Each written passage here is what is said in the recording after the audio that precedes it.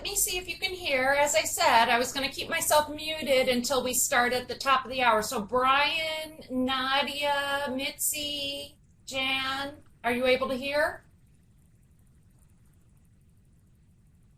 So, okay, so there's no sound when I mute myself, so you won't be able to hear anything. So I'm going to mute as everybody's coming in, and we'll get started just after the top of the hour. Thanks.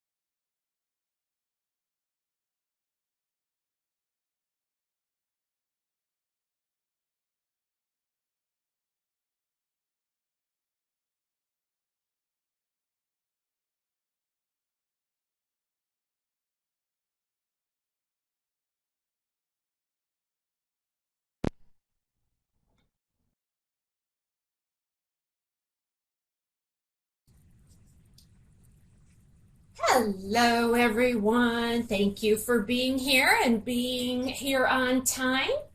I'm going to just wait a few more seconds, maybe 30 seconds, 45 seconds longer, because we'll let the last stragglers pop on.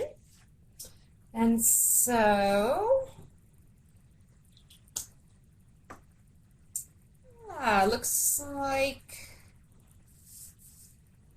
okay, it looks like maybe everyone is here. I'll clear this chat and then we'll officially get started. Are we all ready? All right. Fantastic. Thank you all so much for being here. My name is Christy Grzywinski, and I'm a technical director here at SQFI. Thank you so much for joining us today.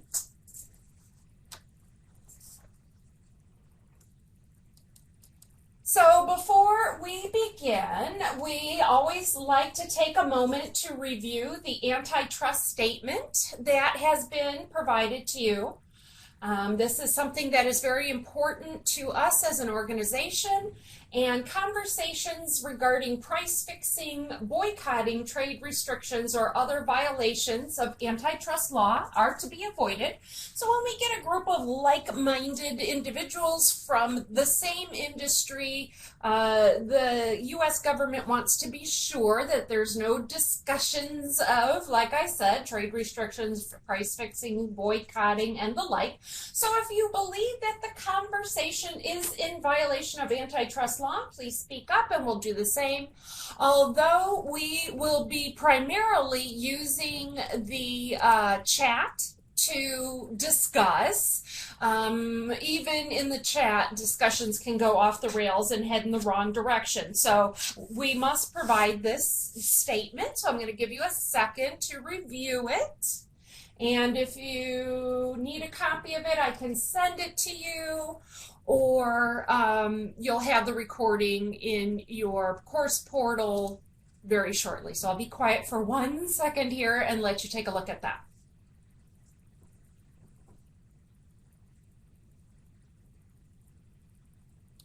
Okay, thank you so much for your attention to that. So here's our agenda for today. Pretty typical if you've been on this before, if you've done a professional update before. It has certain sections that we always like to cover. And we do that to keep it consistent so that you know what you're expecting and you know what information you're going to be receiving when you participate in these professional update webinars. If you're new, if you've just registered as a SQF auditor, SQF consultant, or SQF trainer, and this is your first professional update, welcome. And as you'll see, this information is pretty cool, and we hope that it is useful. So as you move through the presentation, I want you to think about how you're going to use the information in your role as a registered SQF professional, as a registered SQF auditor, trainer, or consultant. And if you are someone who doesn't fall into one of those categories where this update is required, you're going to find the information useful as well. If you come from a site, if you're an SQF practitioner, or you're looking to become an SQF registered professional, think about how you will use this information that we provide to you. And we'll have some discussion questions, we'll have some activities, we'll have some polls to keep you engaged along the way. But we do ask you to shut your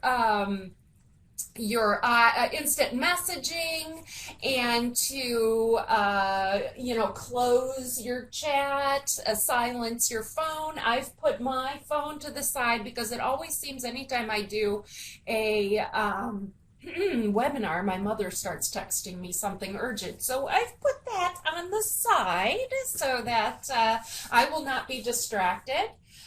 Close your email. And we're all very connected, but give us your attention because this information is important. We do require this professional update for a reason. Your instructors today are going to be myself. Again, I'm Christy Grzwinski. Leanne Chuboff, the VP of Technical Affairs. She's in her senior leadership team meeting right now, but she's going to be joining us a little bit later on. We also have Tammy Van Buren, our compliance manager, and I forgot to add in the background we also have Jesse Cashman, who is our new technical compliance assistant, and I will introduce her in just a bit. The format here: participate. If you've been in these before, we ask you to participate, and you're primarily going to be participating in that chat, but we may have some opportunities where you can use the whiteboard, which is pretty much just writing on the screen. Really engage with the information and ask questions. We want this information to be useful to you, as I've said. So here's the pictures of the technical team. So you'll see us there, and like I said, Jessie is our new technical support assistant. You'll see Miss Tammy, Miss Leanne, and myself. I hate that picture. I got to get a better headshot, right? Maybe number one on my goals for this year. Get a better headshot. I don't care for it, but it probably looks just fine, right? Don't we all just hate photos of ourselves? So anyway, that's who we are, the technical team. As you'll see, there's someone missing. Oh, Chris, you are too sweet. Did you shave today, Chris? Who's missing off of this who's missing off this list, guys? The folks who have been here before, who's missing? Yes, Mr. Bill McBride. He has retired, and I should have put his picture up there so we could have one last tribute to him. So if you remember in the past, if you're from, Frank the Tank, yep, he's gone as well. Yeah, he left mid-year last year, but I know, Christine, Mr. Bill McBride is no longer with us. So you folks on the other side of the planet, in Asia, in Australia, we no longer have our best buddy Bill, and we're all very sad, and we don't know how we're going to manage without him. But let's all give each other a big hug, and we know that we will make the best of things. So anyway, but we do have Miss Jessie. And you'll be hearing from her, not here today. We're not going to put her on the spot here today, but she's helping me out in the background, and that's what she's going to be doing, is helping Miss Leanne, Miss Tammy, and myself. Welcome, Jessie. Yep. And Chris is someone that you're going to know. All right. Well, thank you so much. I always like to put that up there so you know who you are hearing from. So one other way that we're going to make things interactive is we're going to ask for you to make use of your actions menu. And as you'll see, that is an exact screenshot right there. And at the top of the screen, above this slide, you'll see a hand, right? You see a little hand, and there's a little arrow pointing down, or a little triangle pointing down. Click on that, and if you have found the actions menu, give me a thumbs up. Give me a thumbs up where it says agree. Lots of folks have found it. Let's see if we can get some other folks find that thumbs up. I'm going to be looking for this, and that's why I put your names off to the side. One thing I can see is if you participate doing the thumbs up. I can see if you participate in the chat, but something you don't see is I can see a little icon next to your name. And if you are not on this screen or you're not paying attention, it goes from green to red. Like Miss Anita Jones is red. Who else is red? Comfort Mabala, you are yellow. yellow. Carl, you are red. Christina, and then all of a sudden, once I start calling out people, everything turns red or turns green. Anyway, so give me a thumbs up if you haven't given me a thumbs up yet. Do it one more time. I want to see more thumbs up. Click agree. You're looking for exactly that menu that I have screenshotted. Okay. Alan, are you? There you are. Okay, thank you, Alan. All right, you can laugh, you can applaud, you can give me a thumbs up. The only thing I say is raising your hand is a little quirky. I'd rather it doesn't show up as an icon. So we're waiting for I'm listening, I'm not seeing the thumbs up. So do you see that little icon of a hand at the top of the screen, Miss Anita? So you'll have your speaker, and next to that, it's like a hand. It's like a waving hand. No, okay. So you might be in, if you're in the browser version, I think it might be, or the app version. There's two versions of this. You might not see it. But it says agree, disagree, applaud, laugh, step away, and then you can tell us to speak softer or louder or speed us up or slow us down. That's what that menu says. Okay, all right. So you guys see your green thumbs up in the attendees pod to the right of the screen? Yep. So I'm watching that. Who unmuted themselves? I am going to mute you. Okay, fantastic. All right, now I'm going to clear all that. I'm going to clear your thumbs up. Okay, fantastic. And we still have people popping in. That's why we take a little bit of time at the beginning. Okay, so the menu goes, thank you, Mike. All right, I appreciate that. Nice to see you, Mike. So the menu goes away if you go to full screen. That is a very good point. So if you popped it open to full screen, you won't see that little list of attendees. Can you still see the chat, Mike? We do want you to see the chat.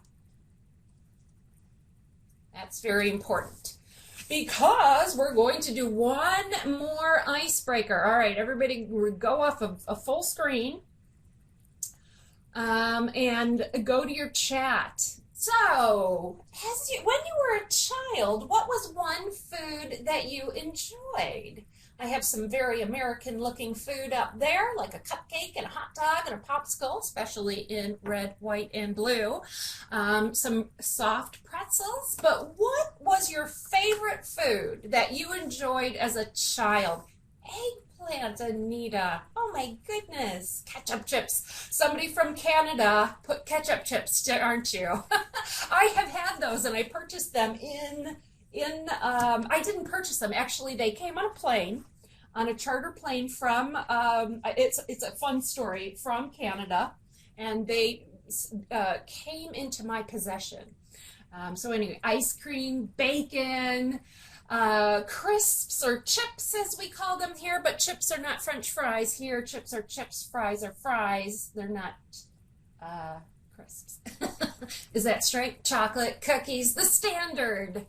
Chocolate, cookies, cheeseburger, and fries. I can tell the Americans. Spaghetti's always good. Indian curry. I do appreciate a good Indian curry, not gonna lie, Narayan. One of the things that I absolutely love to have is a goat curry, and I can always, like I've said in the past, I can tell who is in the Caribbean by a good goat curry. I always appreciate that very much. Pizza, pigs in the blanket, peanut butter, cupcakes. Who doesn't like a cupcake? Pistachio ice cream, ketchup chips again. Oh, Chris, that was you, Chris. Oh my gosh, yes, that's hilarious. I do enjoy good ketchup chips. Eggplant, the Lay's ketchup chips is what I'm talking about. Ice cream cone, more spaghetti, chicken tenders, pancakes. Oh, you guys are wonderful. All sweet. Good. Another person, Lisa, likes her goat curry too. Oh gosh, I love it very much. Cheetos. Can't go wrong with Cheetos or cheesy poofs. Cheese puffs. We get every fried potatoes, any sort of fried carb, right? Yeah. That's funny, Christine. Yes, we actually, the SQF Tech team here just did another webinar just before this, and we all had to race and grab something fast to eat. So I was shoveling in some eggs while I was letting everybody in. Okay, it looks like we've gotten everybody on. So we do this on purpose to make sure that the first 15 minutes gives people a little grace period to get on into the webinar before we start. Leanne added a slide as a reminder to chat or email any questions about edition 9. You can use the chat feature below if you specifically have a question about edition 9, and we practiced where the chat is and how to use the chat, and that's the reason we do that, is we want you to feel comfortable using the chat. But if you have some, go ahead, specifically questions about edition 9, chat those in. I'm going to download this chat afterwards. Liam and Tammy and Jesse and I will have all of your questions, your comments, your whatever, there in the chat. Jan, sometimes the sound will go in and out if you don't have a strong internet connection. I'm trying to talk as close as I can to my speaker. I also have it pulled all the way up, but if it goes in and out, it just means you might not have a very strong internet connection. Okay, thank you, Jesse, for letting everybody in while I did the updates.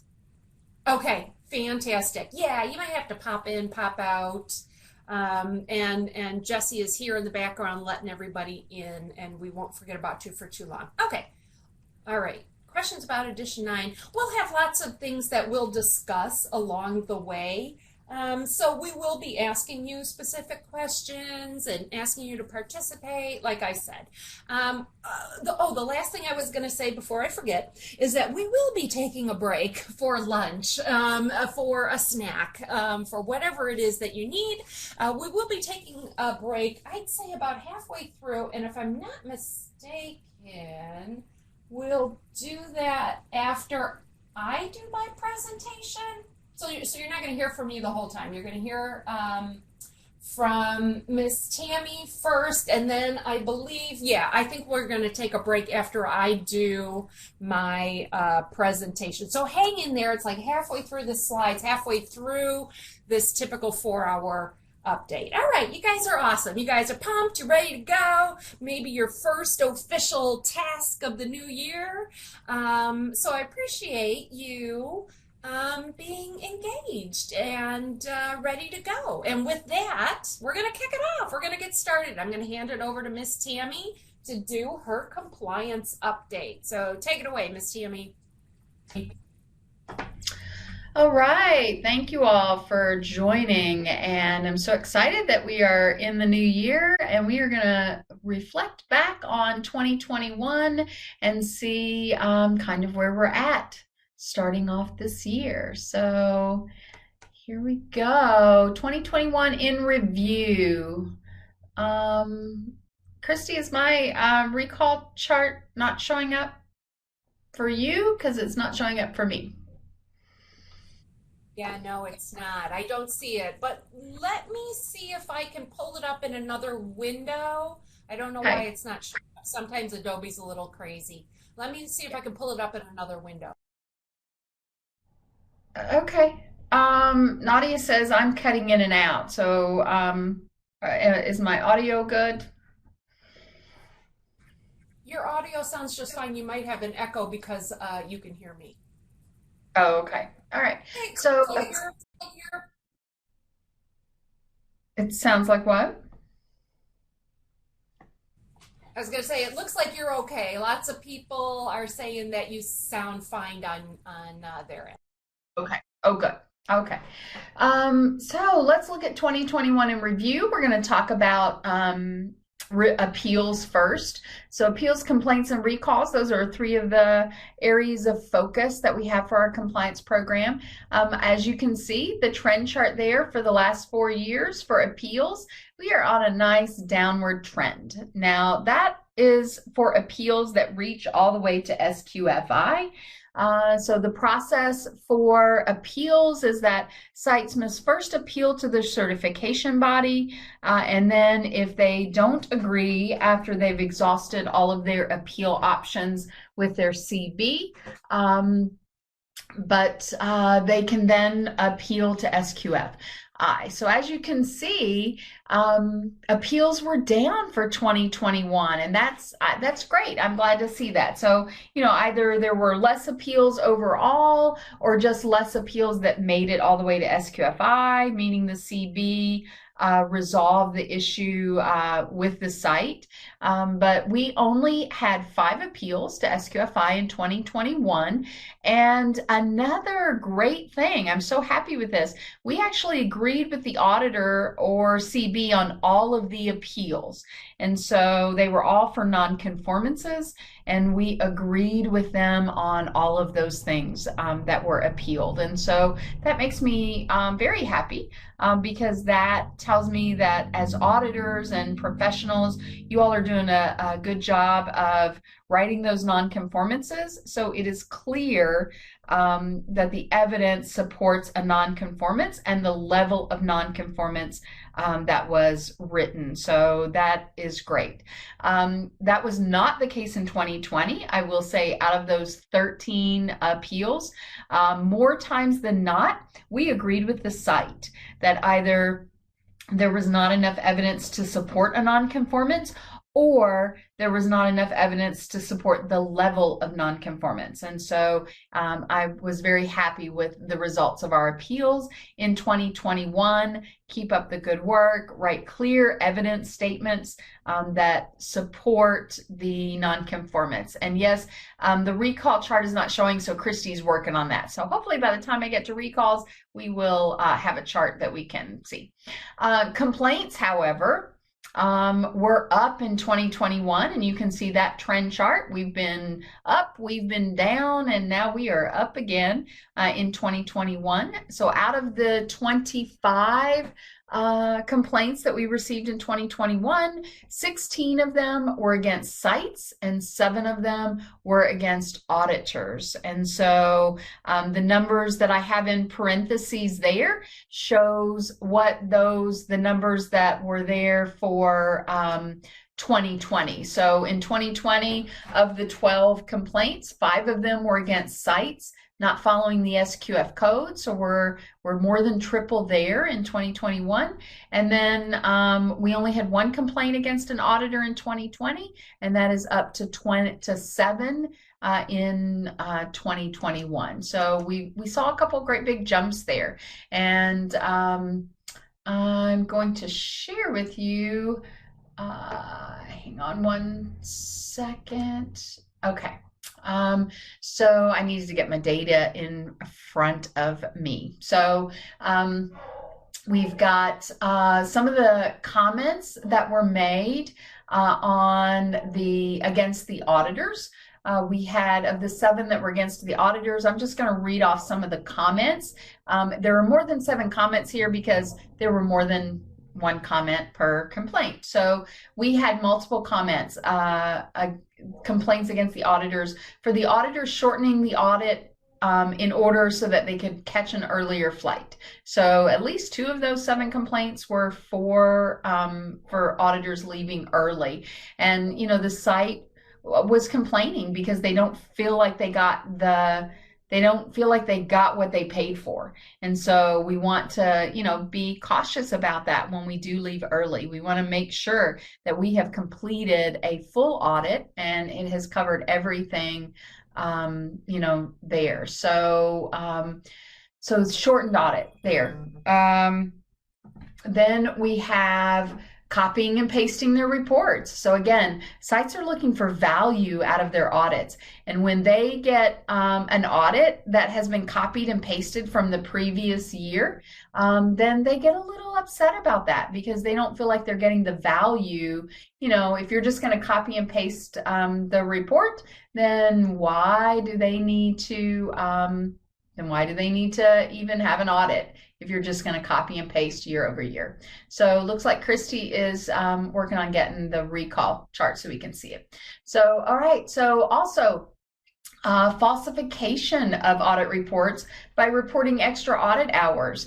We had at least one where the CB confirmed that the auditor had turned in, they did a 2-day audit, and in reality, they only did a day and a half because they left early for the airport. And that was confirmed by looking at expense reports and flight times and things like that. So I just want you to be aware that we want to make sure that we are being accurate in our audit hours that we're reporting, and then ultimately in what is being charged back to the site. So we want to be accurate there.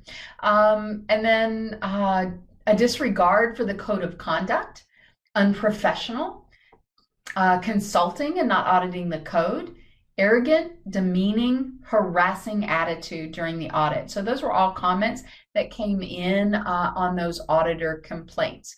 So just so that I want you all to be aware of what the what the sites are saying, about some of the auditors. So I'm going to look through because I think I had a couple questions. Let's see. No recall charges. So we got that. How many of these complaints after investigation were deemed to be valid? So the way this works is that when a complaint comes in to me against a site or against an auditor, then those complaints are forwarded to the CB to be reviewed.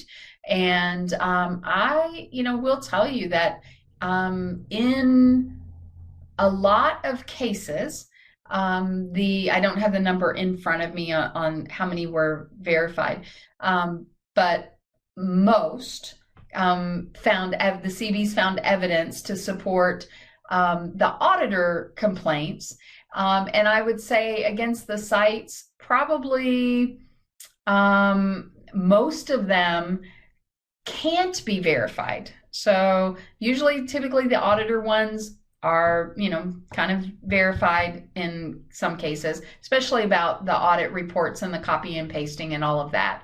But then against the sites, it is difficult, I think, for a lot of CBs to verify what the complaints are, especially during COVID, during a non-pandemic year, a lot of times the CB would just send somebody to show up unannounced, and they're a little bit more hesitant to do that now.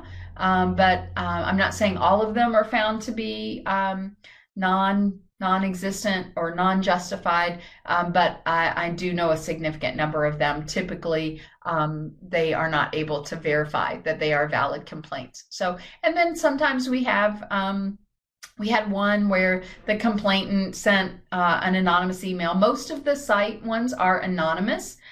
Site complaints are anonymous. And so typically we can tell by what's written that it is an employee or a former employee.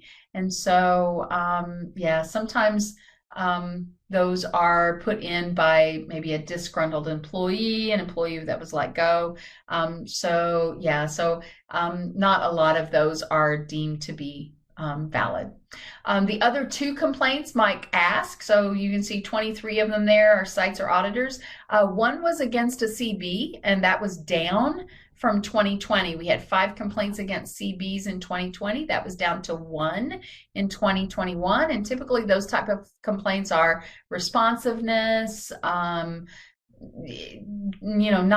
responding to different aspects of the audit process, whether it's scheduling or appeals. Sometimes we'll get a complaint because, they didn't respond to my appeal in a timely manner or things like that.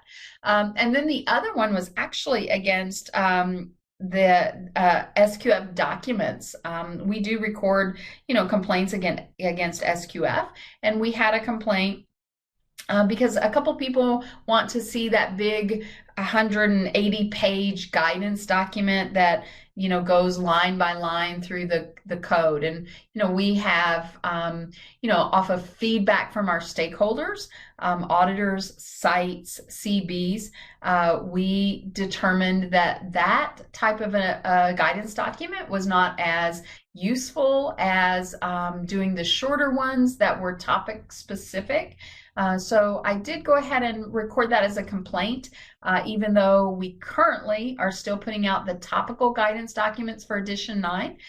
We have another group of them that will be set to come out in 2022. So you will see new guidance documents, but that is what the other complaint was about. So then William asked the question, are these statistical analysis conducted against audits performed or just an aggregate? So these are just numbers of complaints. They are not a percentage. They are not, against a certain number of audits. And the reason why I do that, because it is such a low percent of appeals and complaints that we get compared to the number of audits. And I know, William, you added COVID allowed for less audits to be performed.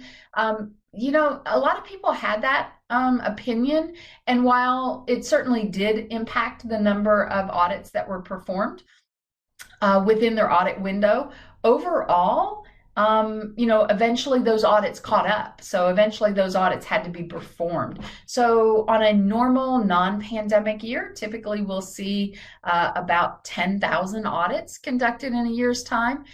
During the last 2 years when COVID was going on, we still saw between 8,000 and 9,000 audits. So but again, if I were to take a percentage, of appeals and complaints based off the total number of audits, it is such a very, very small number. So we treat each appeal and each complaint, very, very seriously. So so those are just straight up numbers. They are not a percentage or any type of a statistical analysis on that. Should revoke. Okay, so when these confirmed falsifications, Jacob has a question, by an auditor are found to be true, does this push to revoke their certification from SQF? So I will tell you that each situation is handled as a unique situation. And so the CB will determine, once they have justified that a complaint is valid. And, we have complaints, but then we also have our site surveys, which I'll talk about at the end of my section. And it does talk about ratings. And so we had 583 surveys that came in, and there were some negative comments that came in through those. And I investigate those as well with the CB. So we look at complaints, we look at low site survey results, and I provide feedback to the CBs on what we're hearing, the information we've been provided, and then the CB does the investigation. And then the CB will provide me with whatever action plan is going to happen. So, if it's a case where an auditor falsified audit hours, which would affect things like pay and money that SQFI does not get involved with, then there could be disciplinary action from the CB taken against the auditor. Again, those types of things are violations of our code of conduct, but that would be things that would take place at the CB level. I will say, so a CB doesn't have the ability to revoke an auditor's credential, auditing credential with SQF. But a CB at any time can choose not to work with an auditor again. So they are required to notify me when they make a decision not to work with an auditor again. So if they are the sponsoring CB for that auditor, then that auditor's credential would be put on hold until another sponsorship form from another CB is provided. So we would do that. There are some that that may result in a food sector category being pulled.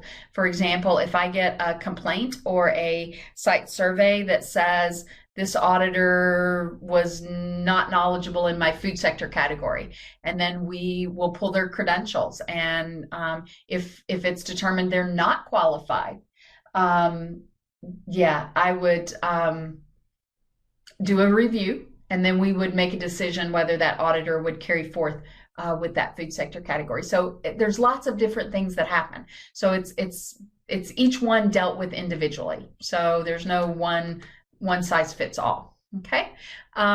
Christine says prefer top of the doc. Me too, Christine. I'm not sure how anybody can look at those guidance documents from 8.1 compared to 9 and choose 8.1. I mean, 8.1, those guys' documents had some benefits, but I just think those edition 9 topical ones are just so much more informative, with the road to Rio and, some suggestions for records and interview questions and observations. And I just think there's just so much more meaningful, but I get why some people prefer the old style as well. So, there's pros and cons, alike, I think. So Chris says sites like to have their hands held on everything. That's why they like the old style.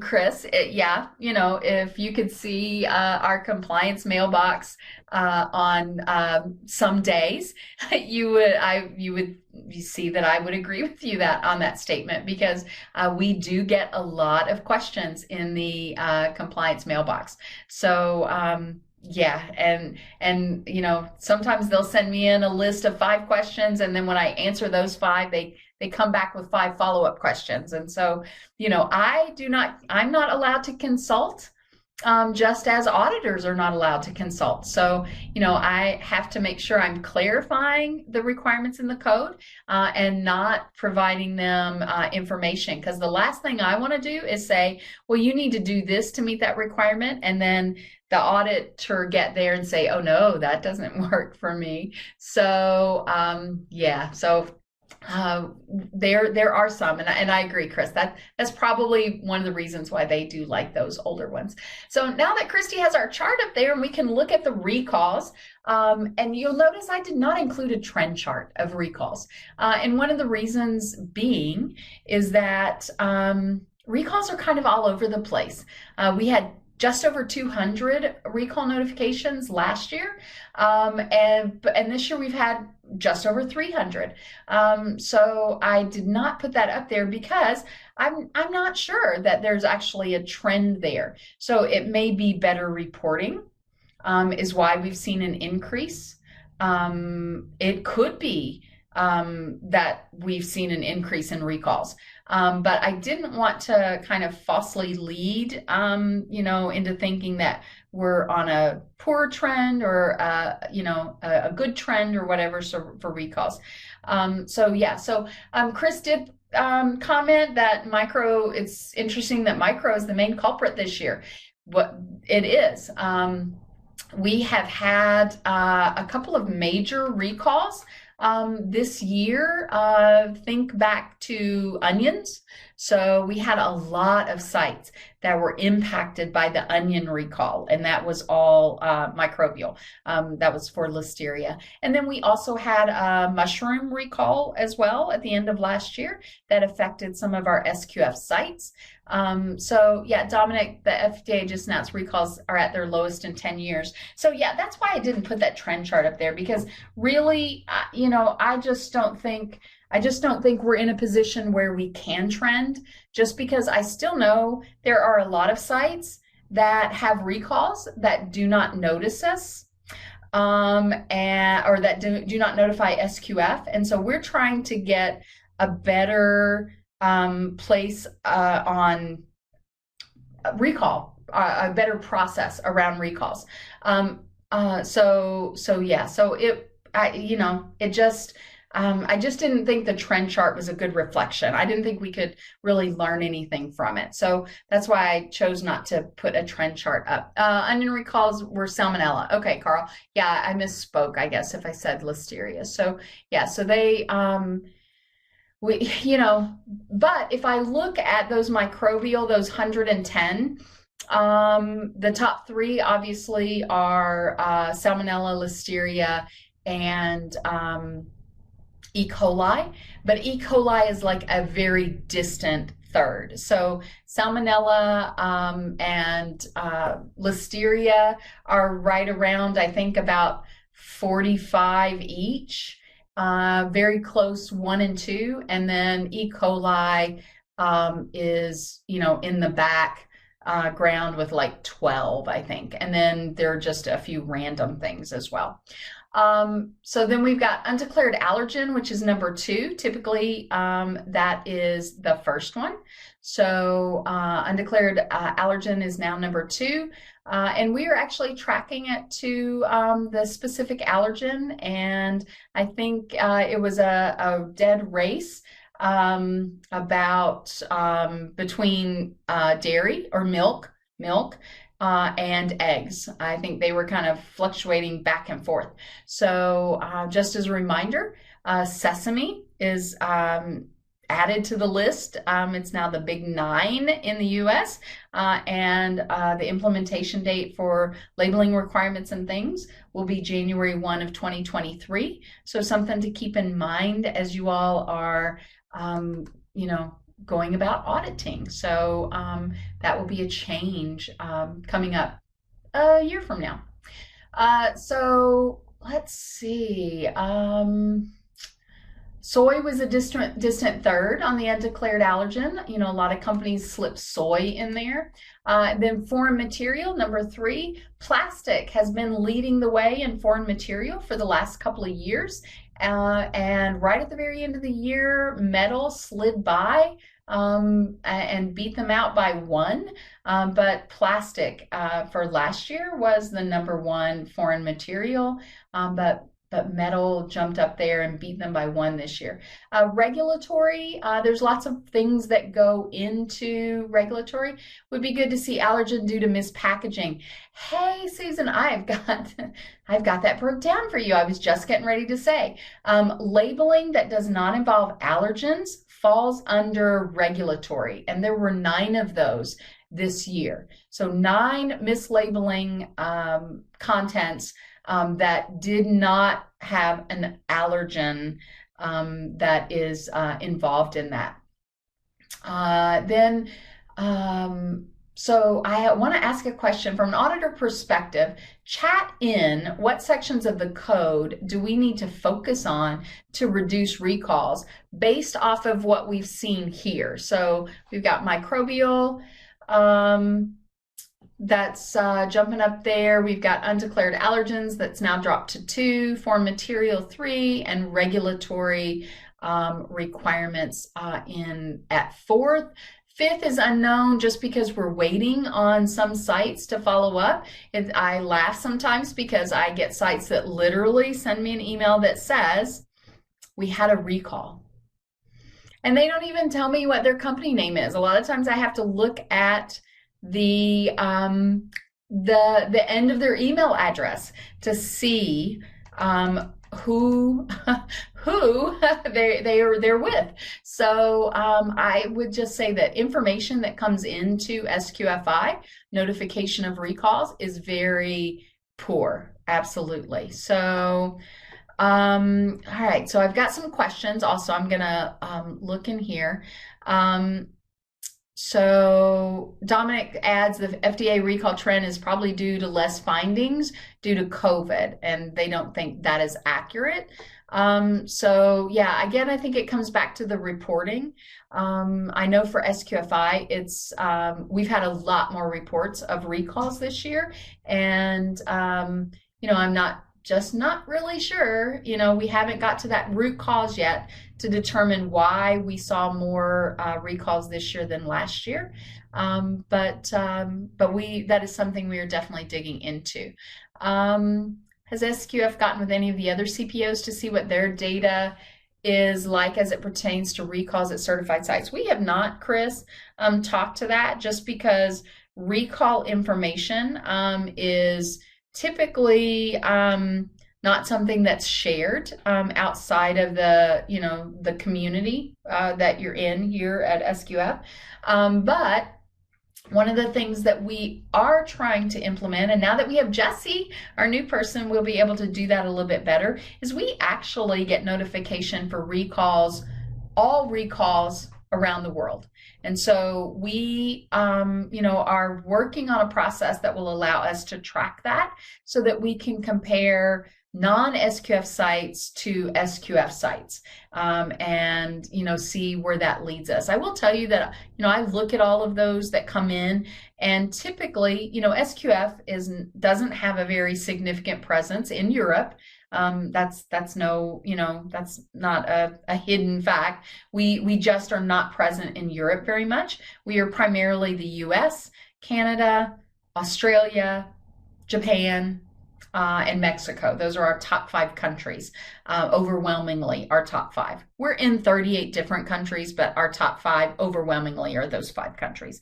So we're just not, our presence isn't in Europe. And what I see coming out of Europe, because we get all of those recall notifications as well, is that a lot of those are microbial related. They have a few allergens, they have a few foreign material, they have a few regulatory, but a lot of them are microbial related. So I don't know if that does, if that's giving us any good information, but that's something definitely that we, want to dig into.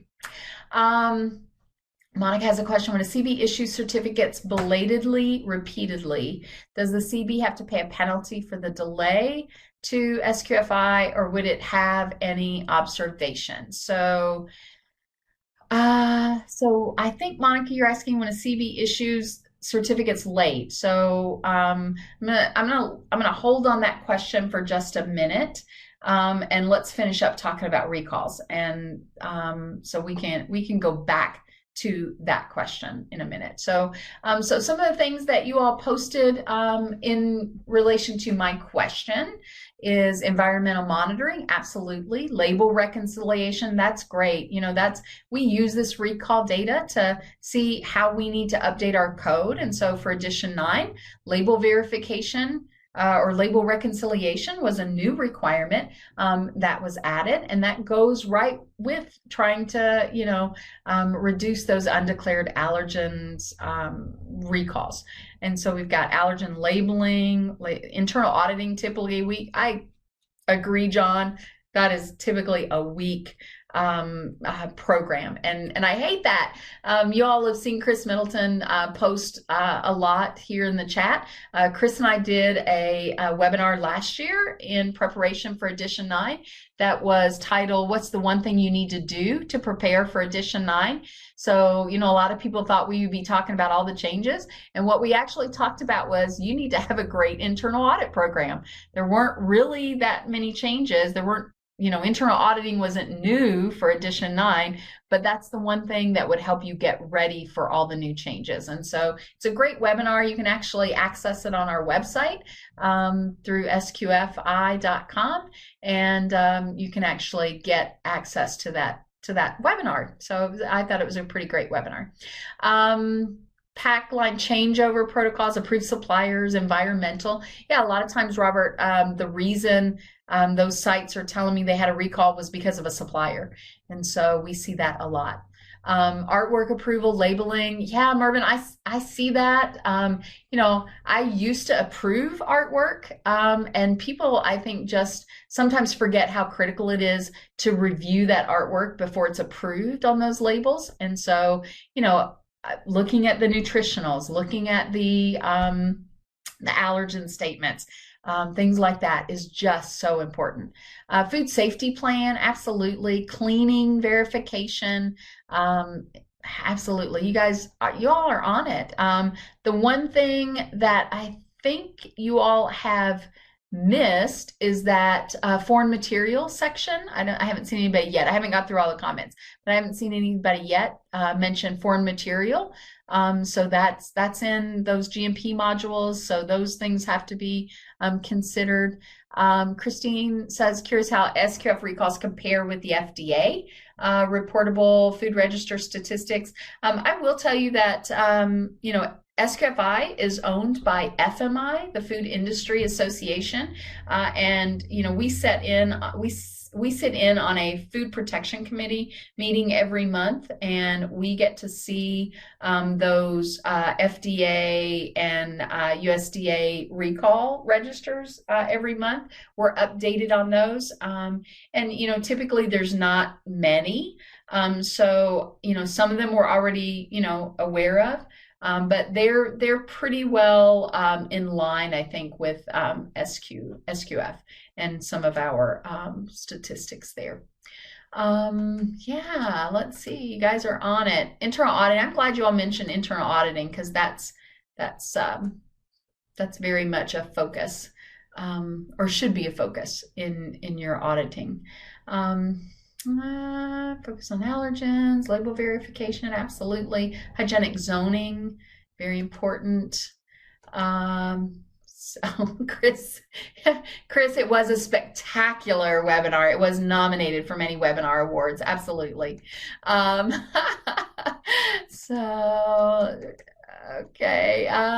Okay, so always ask for the last internal audit, absolutely, of internal auditing. So yeah, they have to, audit their internal audit program and make sure your internal audit is certified. Now, John, I'm gonna have to go to the code for that one.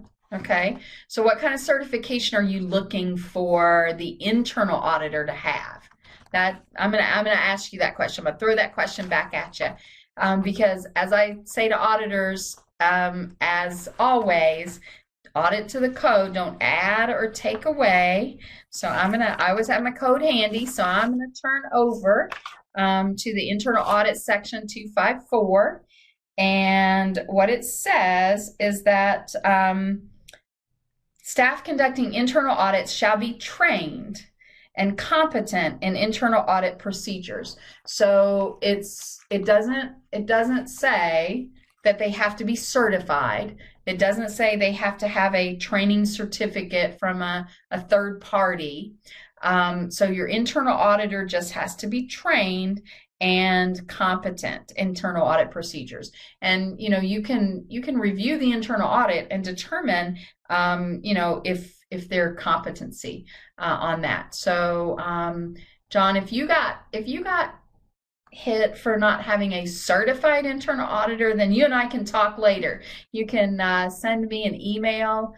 Jesse can put my email address in the chat, and we can talk later about that offline. Okay, so they just have to be trained and competent. I will say if sites only use one internal auditor, that is a problem because especially if that internal auditor is the SQF practitioner. So, the code goes on to say that the staff conducting internal audits should be independent of the function being audited. And, we understand that with some small sites, that could be very challenging. If you have 5 employees, that is very challenging to have an independent internal auditor.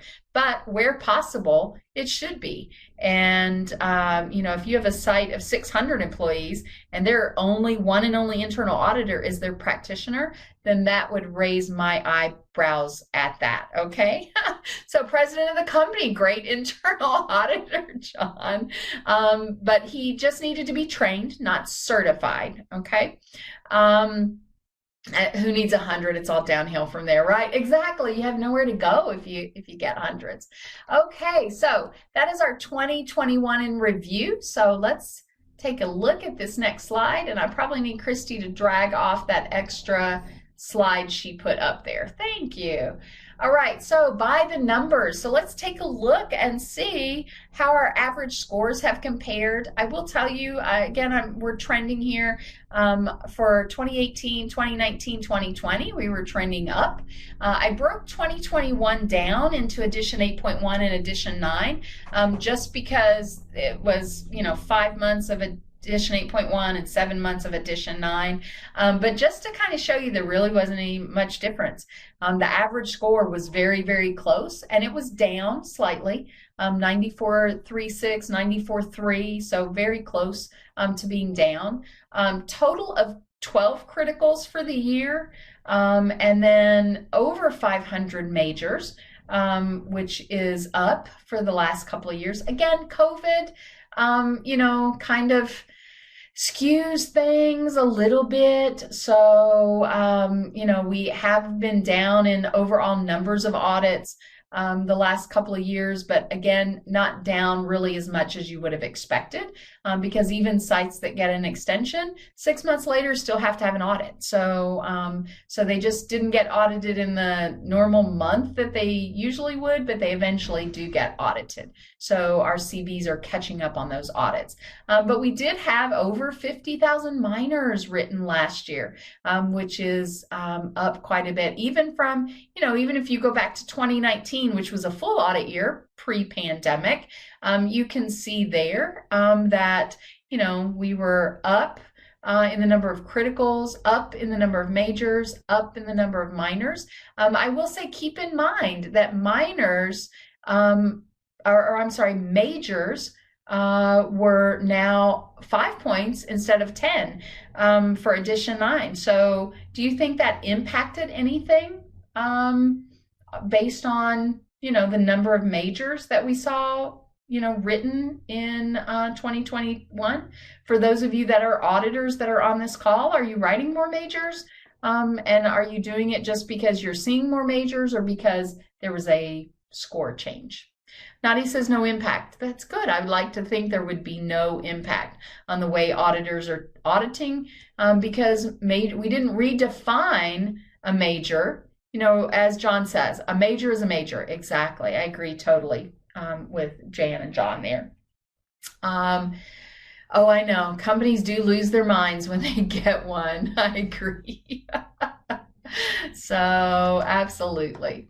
So that's just kind of a look at where we're at, and hopefully, we get back to some amount of normal.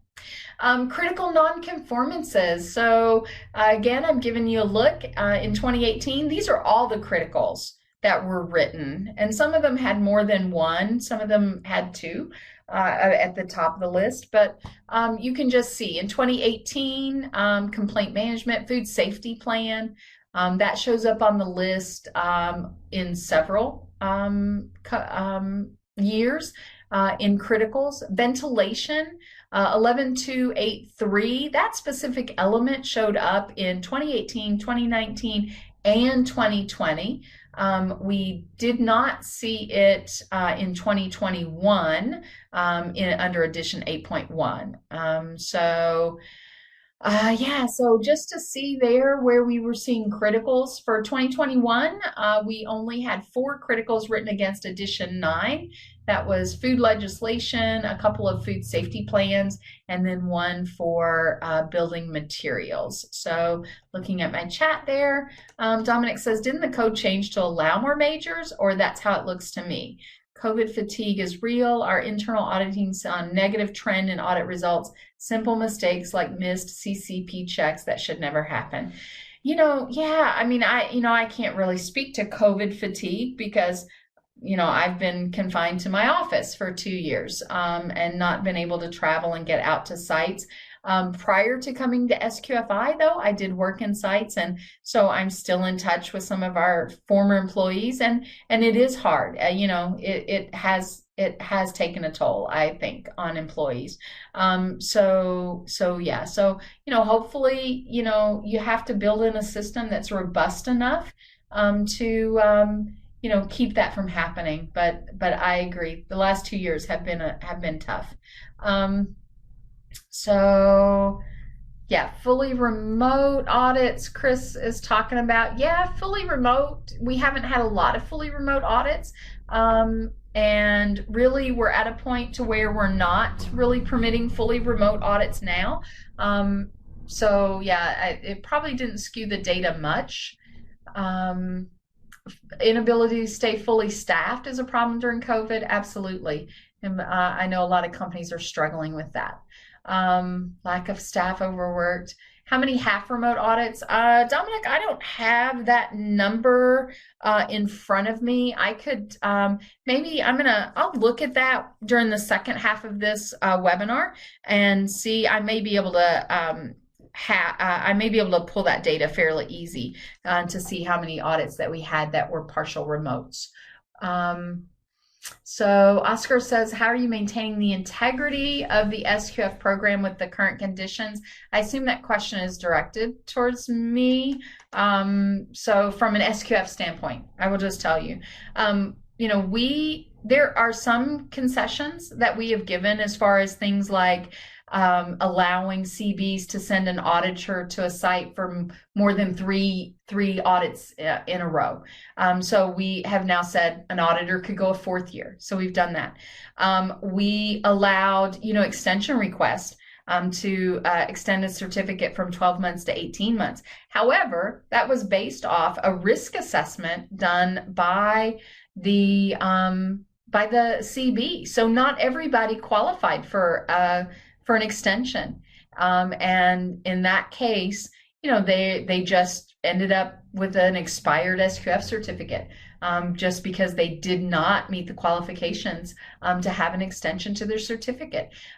Fully remote is the same way. So in order to qualify for fully remote, you had to have an extension and you had to have, again, that risk assessment before you would qualify to get a fully remote audit. So we didn't waver on the requirements of the SQF code. There was nothing in the code that we said, hey, you don't have to do that during COVID. So, that's one way that we protected the integrity of the program, is that, we didn't waver on requirements. We didn't say, hey, it's okay to forego your, annual refresher training. I am seeing sites that are getting non-conformances for that, and I'm glad to see that. Auditors are, still expecting that the site met the code. We are pushing back. Another thing I will say, we are pushing back in 2021 or about springtime for us here in the US. About start of the second quarter, we just said extension requests. We're no longer permitting extension requests for sites in the US based off of visitor policy. Because in a lot of cases, we were finding that it wasn't a no visitor policy, it was a no auditor policy.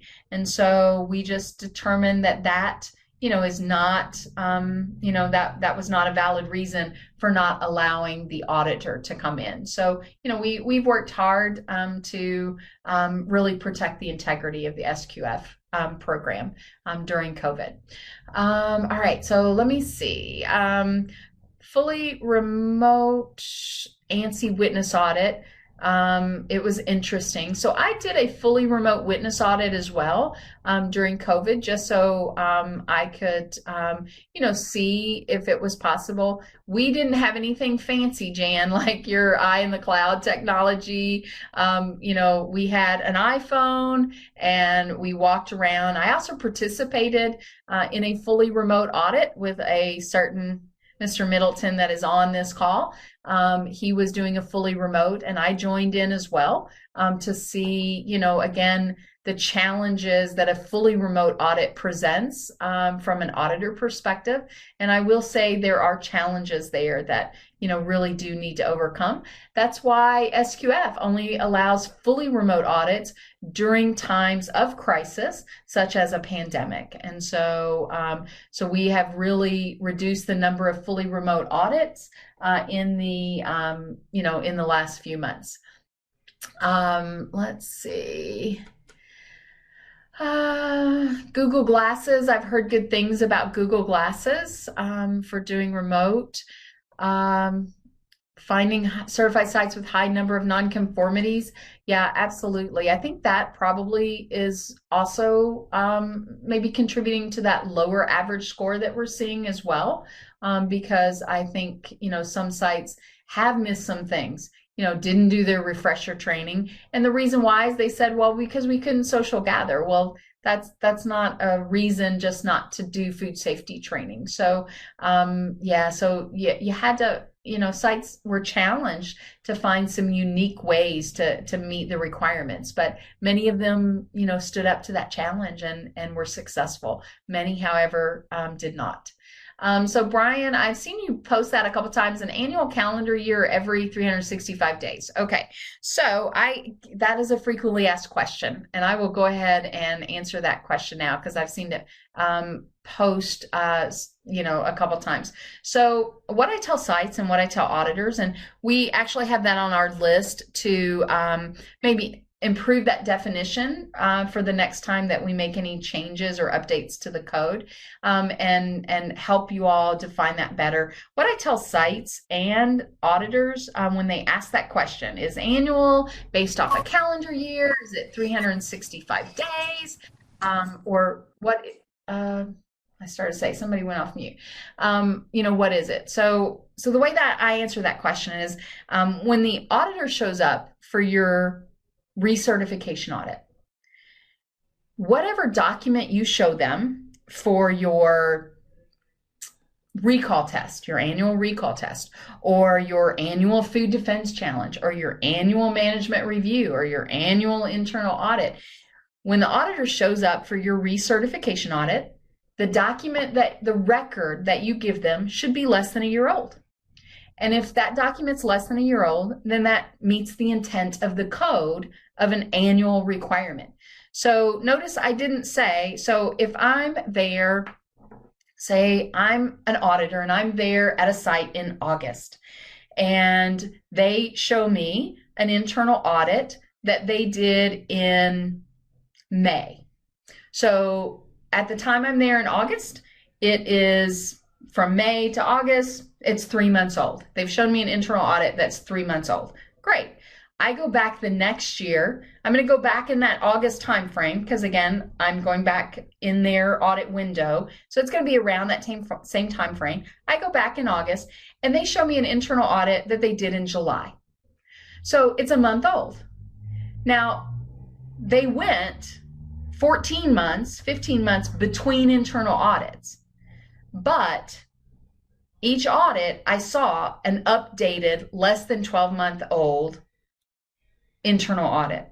So in my eyes, they've met the intent of the code. So I think too many times we get hung up on, is a year 365 days? Is a year 12 months?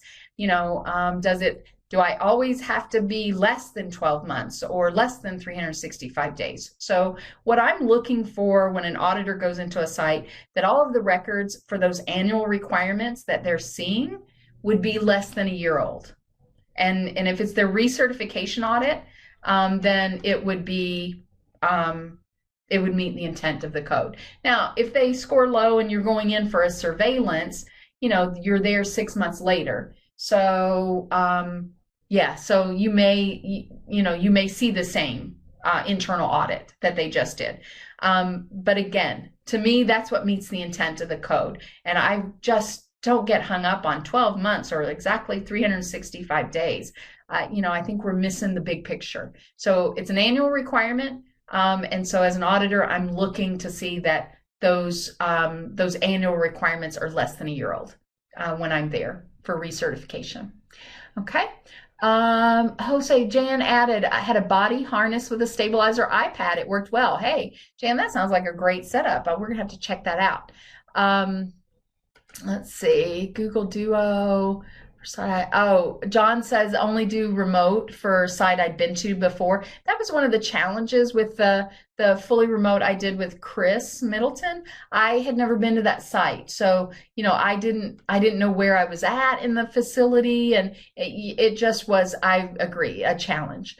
Let's see, Amanda with appeals, dictionary, definition doesn't make clear, really need a documented SQFI definition. Yeah, John, that's what I said. We're going to be updating that definition. But as Chris says, annual records typically should be new for each recert audit, and could repeat for surveillance. Chris, did you type that before or after I said that? Because I just now saw your comment. So Chris and I think a lot on the same lines a lot of times, so it's almost scary. Definitions are important, but I think we get too hung up on, people are saying, oh, it's got to be exactly 365 days. You're missing the big picture if that's what you're worried about.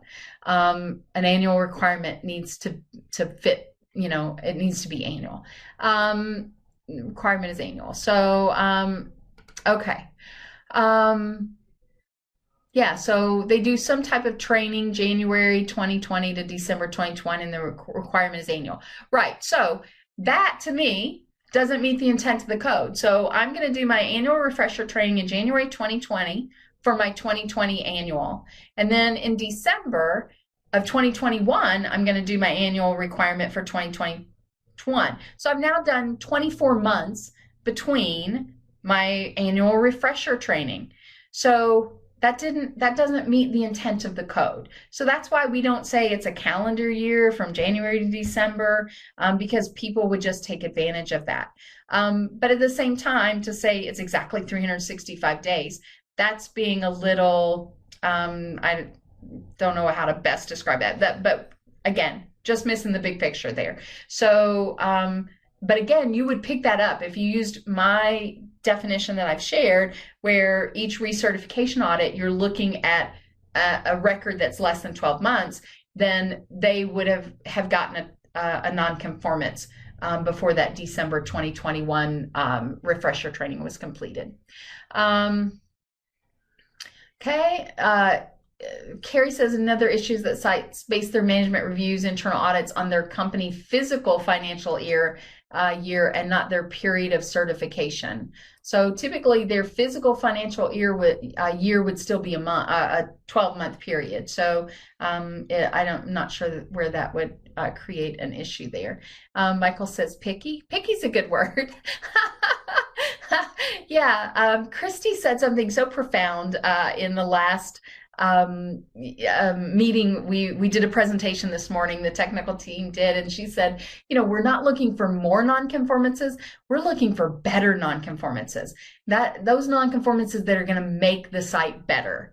And if you write a nonconformance because they went 366 days between management reviews, is that making them better? Okay.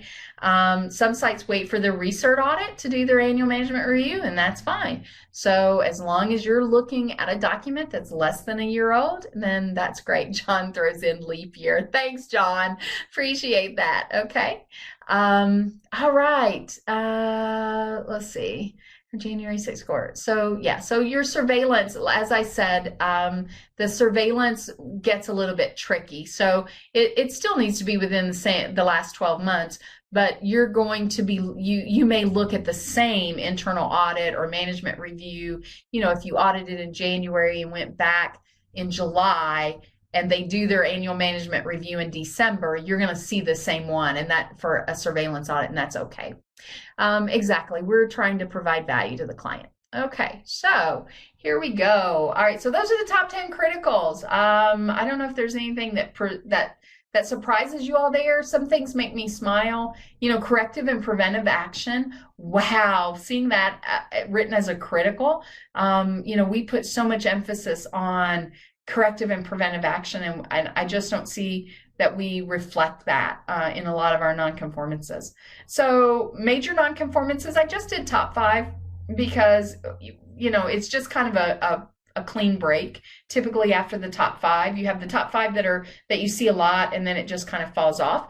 I did highlight some things there in that top 5. So you see cleaning and sanitation, food safety plan, pest prevention.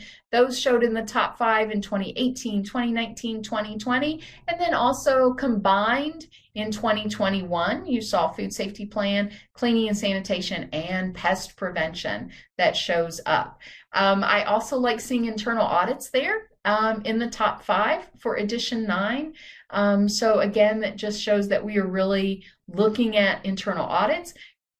Corrective and preventative action also showed up in the top 5 in 2021 for edition 8.1. And I think, we just don't put enough emphasis on corrective and preventative action, both from a site's perspective as well as from an auditor's perspective. Because that's really what drives sites to be better, is their corrective and preventive action. And corrective and preventive action is mentioned, I think I looked it up, it's mentioned in like 16 different elements throughout the code. We, obviously have a clause on corrective and preventive action, but it's mentioned like 16 times throughout the code. So it's very important. And I think we just need to, we just need to focus on that. A site with a strong corrective and preventive action will get better. So I like seeing that. Let's see. So Chris says, offering CAPA at a massive discount or free to sites. Christy's going to talk about some of our new training opportunities, and CAPA is one of those things she's going to talk at. And Chris, I throw shoes at you all the time, so you should be used to ducking. Robert, management responsibility. You may choose to have more than one SQF practitioner to meet shift and operate. May seemingly contradicts. No. So, okay. So, all right. So some sites choose to have an SQF practitioner per shift so that they always have an SQF practitioner on site, whether it's first shift, second shift, third shift. So that's that they may do that. But the code requires they have a primary and a substitute. That part on page 13 of edition 9 where it says you may, it basically what that's saying is you may have more than one primary SQF practitioner. I mean, you can have 3 primary SQF practitioners if you want, but you at a minimum to meet the code have to have a primary and a substitute. Okay. Sites really don't understand RCA. I know. Yeah, it's a struggle. As a tech, I found a comment from it said that when there were about 4 or 5 minor and saying this is equivalent to a major. Any comment? So, yeah. So, I would just say let's review the definitions for minors and majors. Okay. So a major nonconformance, again, I always have my code handy. So I'm going to go right to addition or part A of the code, and I'm going to look up the definition of a major and a minor. So that's under 9.4 corrective actions. Oh wait, no, it's somewhere else also. It's under 9.1 nonconformances. So a major is a failure of a system element, a systemic breakdown in the food safety management system, or a serious deviation from the requirements and or absence of evidence demonstrating compliance. So, there's no rule that says, Chris says, it depends. That is the right answer. It depends for Luis's question. So, there's no hard and fast rule. So if, we don't put a number to that, you may see 2 nonconformances in a clause and decide there's a system failure. Yeah. So just, you just have to follow the definition for a major or minor. So, is it a systemic issue? Is it a serious, deviation of the system, as Vincent says? So there's no hard and fast rule. But I would hope that if, there were 4 or 5 nonconformances in one section or one clause, that the auditor has considered whether a major is a more appropriate designation. So again, it depends. Okay. What should be at minimum HACCP training for SQFP and substitute? Specifically, a substitute requirement came in, sites are getting some employees and they sign up a short HACCP. Okay, so HACCP, again, one area in the code that we do not reference enough is the glossary. So if you go to the glossary and go to HACCP training, it defines for you what meets HACCP training. So the backup or substitute practitioner has to meet those same requirements as the as the full-time or the primary. So I don't want to get too far into Edition 9 because Leanne's going to take all those questions. So if she wants to expand on that at the end, she will do that when she's talking about Edition 9. Okay, so here are the top minor nonconformances for over the year. So yeah, just looking at that. So, a lot of the top 10 have not changed it. And, even so looking back at 2018, the top 5 are still showing up in the top 10.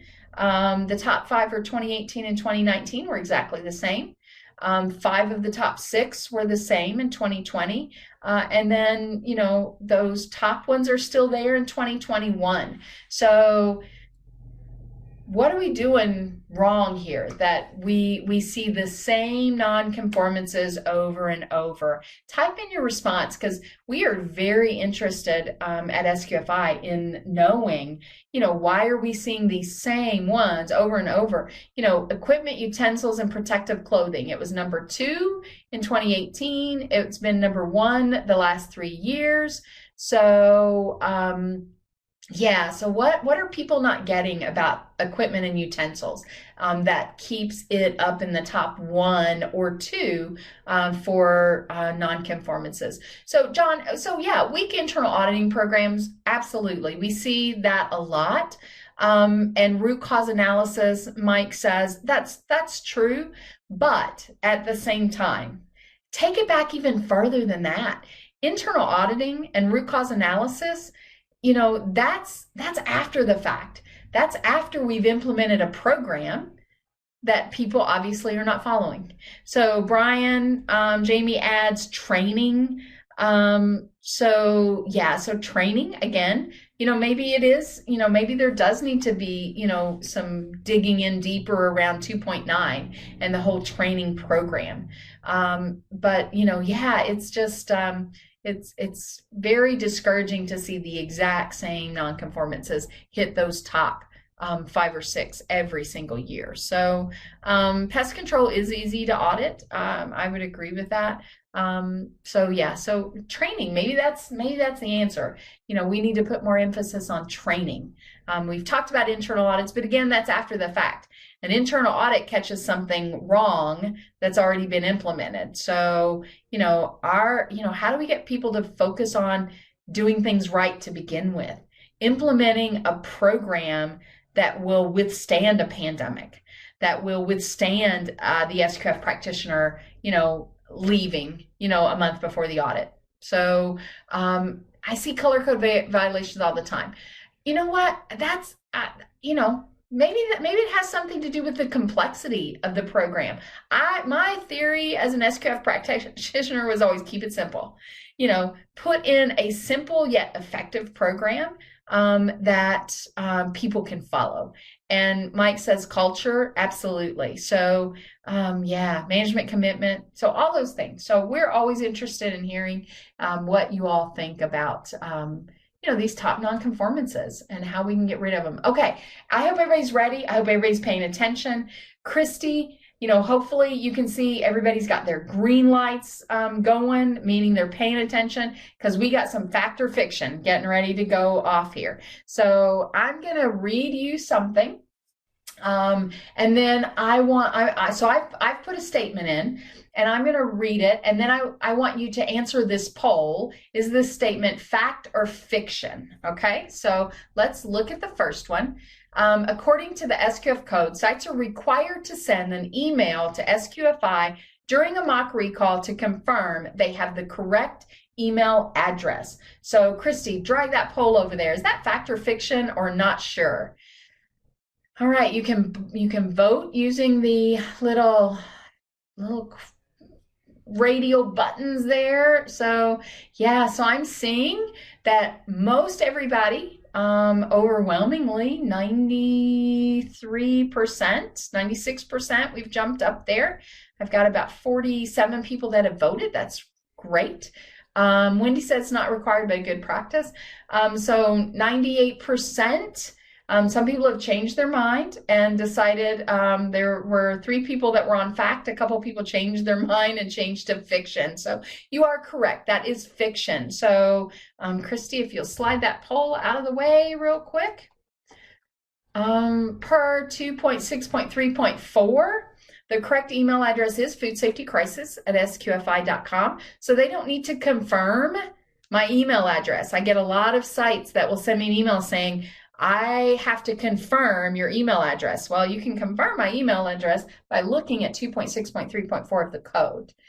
2.6.3.2, testing shall include these following things. So, it doesn't say they have to send SQFI a mock recall. Okay, so so just you're making sure they have the right food safety crisis at sqfi.com, and not everybody does. Occasionally we get a notification to SQF info at sqfi.com, and that is the wrong email address. Somebody tried to have Leanne down as the contact the other day for recalls, and I said, what are you sending to Leanne? I'm not sure. And they were like, well, she's our contact. And I'm like, well, no, I know, Leanne, I saved you. I said, no. Send it to Food Safety Crisis at sqfi.com. I saved you. Okay, next one, fact or fiction. Sites are required to maintain records of a root cause analysis performed during their mock recall. Fact or fiction? Or not sure. I even gave you that option. You could select not sure. It is not T. Van Buren at sqfi.com, Chris. That's mean. That is just mean.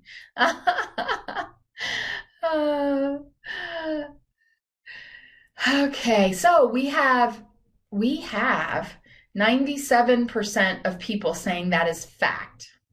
98%. Okay. All right, Christy, move that one out of the way. Let's see it. Fact or fiction? It is fiction. So per 2.6.3.3, records shall be maintained of withdrawal and recall test, root cause investigations into actual withdrawals and recalls, and corrective and preventative actions applied. So yes, Chris pointed out that the key word there is actual. Actual. All right. So let's make sure we don't require sites to have that root cause analysis for a mock recall. Okay, and I think I have one more fact or fiction. So let's see this. Okay, so according to the SQF code, sites are required to complete annual activities that must include a mock recall, a mock crisis management incident, and a mock food defense threat. So fact or fiction, or not sure. Okay. I agree with you, Chris. I always said that when I was a SQF practitioner. Why would I do a root cause on a fake scenario? How do you do a root cause in a fake scenario? So, yeah, again, you would have to make up the root cause. You would have to make up the corrective actions. And is that really beneficial to anyone? Just saying. Okay, so we have a lot of people that are not voting on this one. So I'm thinking you all are hesitant to vote. Okay. All right, so fiction. So look at the code. The product withdrawal and recall system shall be reviewed, tested, and verified. Per 2642, the crisis management plan shall be reviewed, tested, and verified. Per 2714, the food defense threat assessment and prevention plan shall be reviewed and tested at least annually. So the reason why, so I put in mock recall, mock crisis management, mock food defense, but isn't an actual recall a test of your recall system? Couldn't you use an actual crisis to test your crisis management? Couldn't you use an actual food defense threat to test your system? So the idea is that they've had a test and they evaluate whether that test met the requirements. Okay. So I see so many nonconformances for they didn't do a mock recall. Well, the code doesn't say you have to do a mock recall. It says you have to test the system. So make sure that we're wording those nonconformances. The site didn't test their recall system. It wasn't the fact they didn't do a mock recall. They didn't test the recall system. Same way with food defense threat. I mean, I once used a food defense threat because I had a maintenance manager or a engineering manager that was on vacation at the lake nearby and had to get called into the plant. He knew he had pants and steel toe shoes and a uniform shirt in his office, but what he didn't have was his badge to swipe in. So he went to the plant. It was on a Saturday. It was midnight. He's trying to get into the plant, asking everybody he saw to scan him in, and nobody would let him in. So, yeah, so that was a test of our food defense system. It was an actual, event. So, yeah, you don't have to have a mock one if you're testing your system. Okay. So, yeah, so you could use an actual recall. A site that's had a recall could use that as a test of their system. So, did it work? Did it work well? What went wrong? What didn't work? Okay, so an actual recall could be used as a test. They would just need to evaluate it and see if it evaluated as a test of the system and make corrective actions or changes as need be. So yeah, so I was a little tricky there. COVID for crisis management. That one is a little tricky because again, I've said this so many times in the last 2 years, COVID is not a food-borne illness, okay? So if they're using that as a crisis management test, then it would need to be from the perspective of how it's impacting their food safety system, okay? So we just have to be aware that when we test something, that it's actually testing our food safety system. And, COVID may have tested our personnel safety systems. It may have, tested our HR programs, but did it test our food safety system? That's all I'm going to say on that. Just making sure that it did test the food safety system. And there's some examples, okay? A fire drill is the crisis management test. Absolutely. I worked in a bakery. We always had a real fire to use as our crisis management test. Because yeah, we, walking out and walking back in, what did you test there? Absolutely. I would agree with that. Okay. So let's see, next category here. Evidence statements. So do you agree? So I'm going to give you a couple of evidence statements and I want you to answer. Does it look good? Does it need modification? Needs some work? Scrap it and start over. So here's the first one. It is on our product withdrawal and recall system. And we talked about that. It should be reviewed, tested, and verified. Okay. So this is an actual nonconformance. So the mock recall lacks the convening of the team, creating a scenario, and fully testing the effectiveness of the recall system as stated in the code. Testing must also include different shifts and materials. So slide that poll over, Christy. You can cover up where it says evidence statement so they can keep reading there. So what do you think of that nonconformance? So we've got a kind of a race there. Okay, I want to see everyone participating in these polls. I'm seeing, very little participation. So make sure, because we want to see those green colors, okay?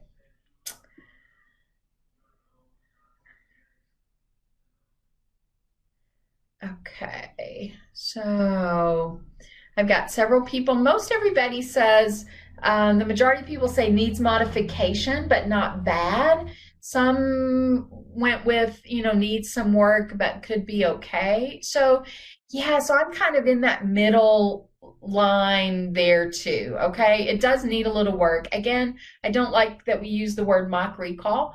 You could say the recall system the recall test, if you will, not mock recall, but the test of the recall system. But it lacks convening of the team, creating a scenario. So, the code doesn't really specify that you have to do those things. So maybe the site had a maybe they had a procedure that said for our mock recall, we're going to convene the team, we're going to create a scenario. And so maybe they were violating a procedure. But from just the evidence that we've got supplied here, it doesn't fully, give us all the details that I think we need to be able to evaluate it. So it depends. I like that, Louise. It depends on, I'm kind of middle of the fence like most of you all were. I think it could be stronger than what we have here. So yeah, so let's look at the next one. And Christy, if you want to just clear the poll and leave it there, then I will put the next one. So here we go. Same clause, so same element, 2.6.3.2. I'm on a recall kick today. The evidence for the minor, the trace exercise performed on raisin slices during the audit had a mass balance difference of 1.7% or 52 bags missing quantity. So what do you all think about that one? Looks good, needs modification, needs some works, but could be okay. Scrap it and start over. Yeah, I'm seeing a few people that were okay with it, but for the most part, everybody says scrap it and start over. So yeah, I'm not even that I don't even really know where to start on that one. So exactly, John, great point. Is 1.7 not good? We don't know. The code does not say you have to have 100% recovery. It doesn't say what percent recovery you need to have. Okay, so that would be defined by the site in their codes. I'm with you, Chris. I don't like the term mass balance just because, yeah, that's not SQF terminology.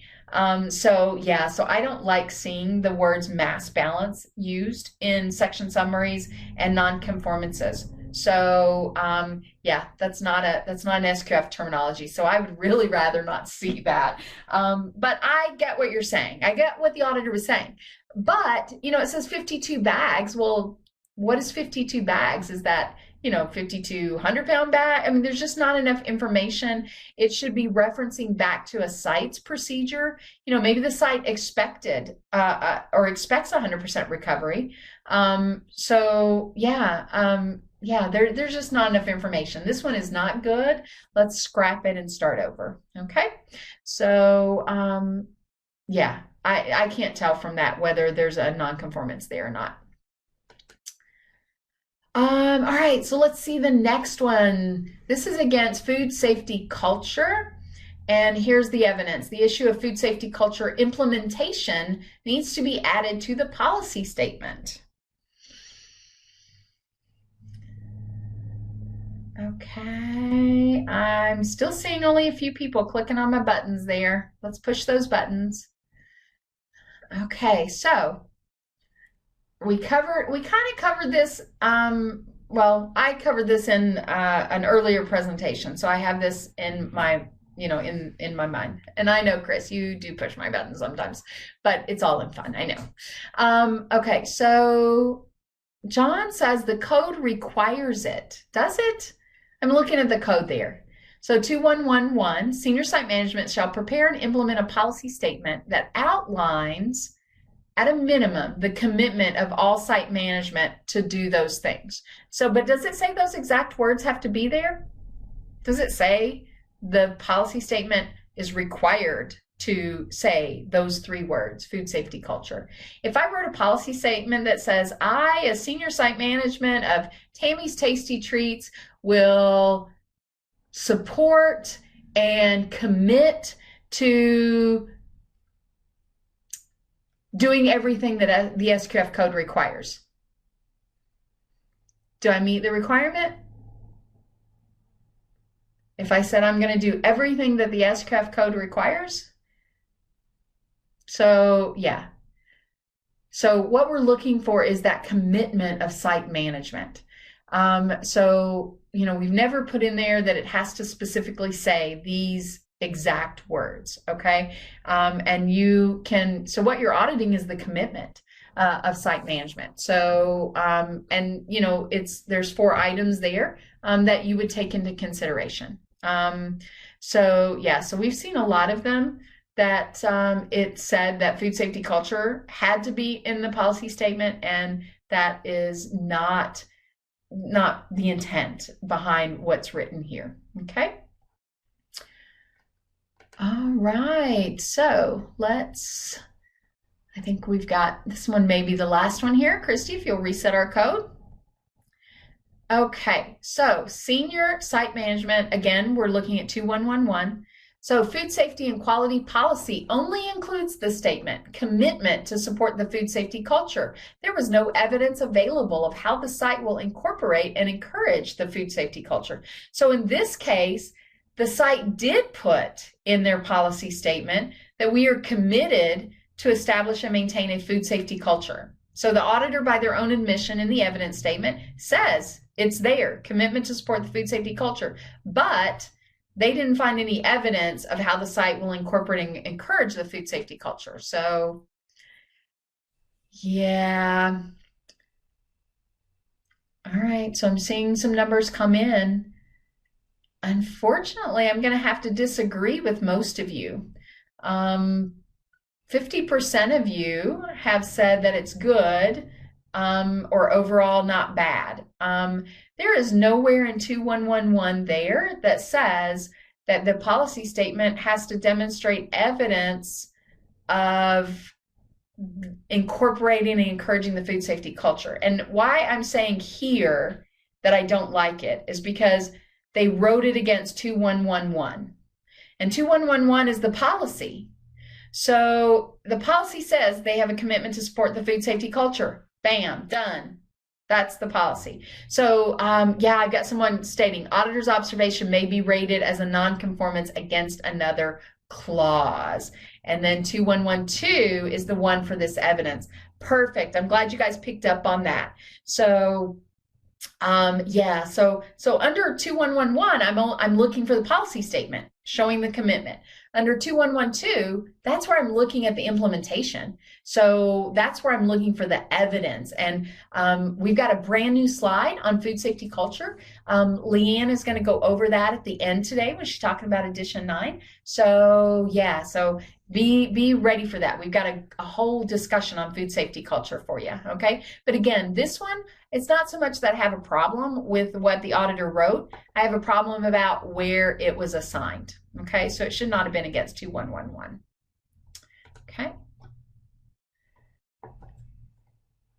Okay, section summaries. I've got one here. Which is better? So I've got 2 section summaries here.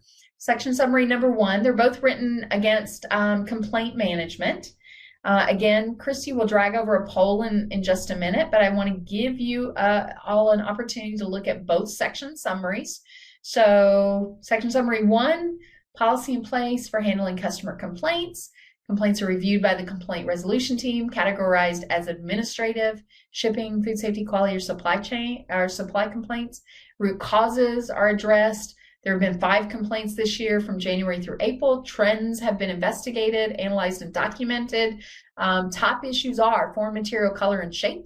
Upon review of records, there was evidence that all complaints had been resolved and closed out.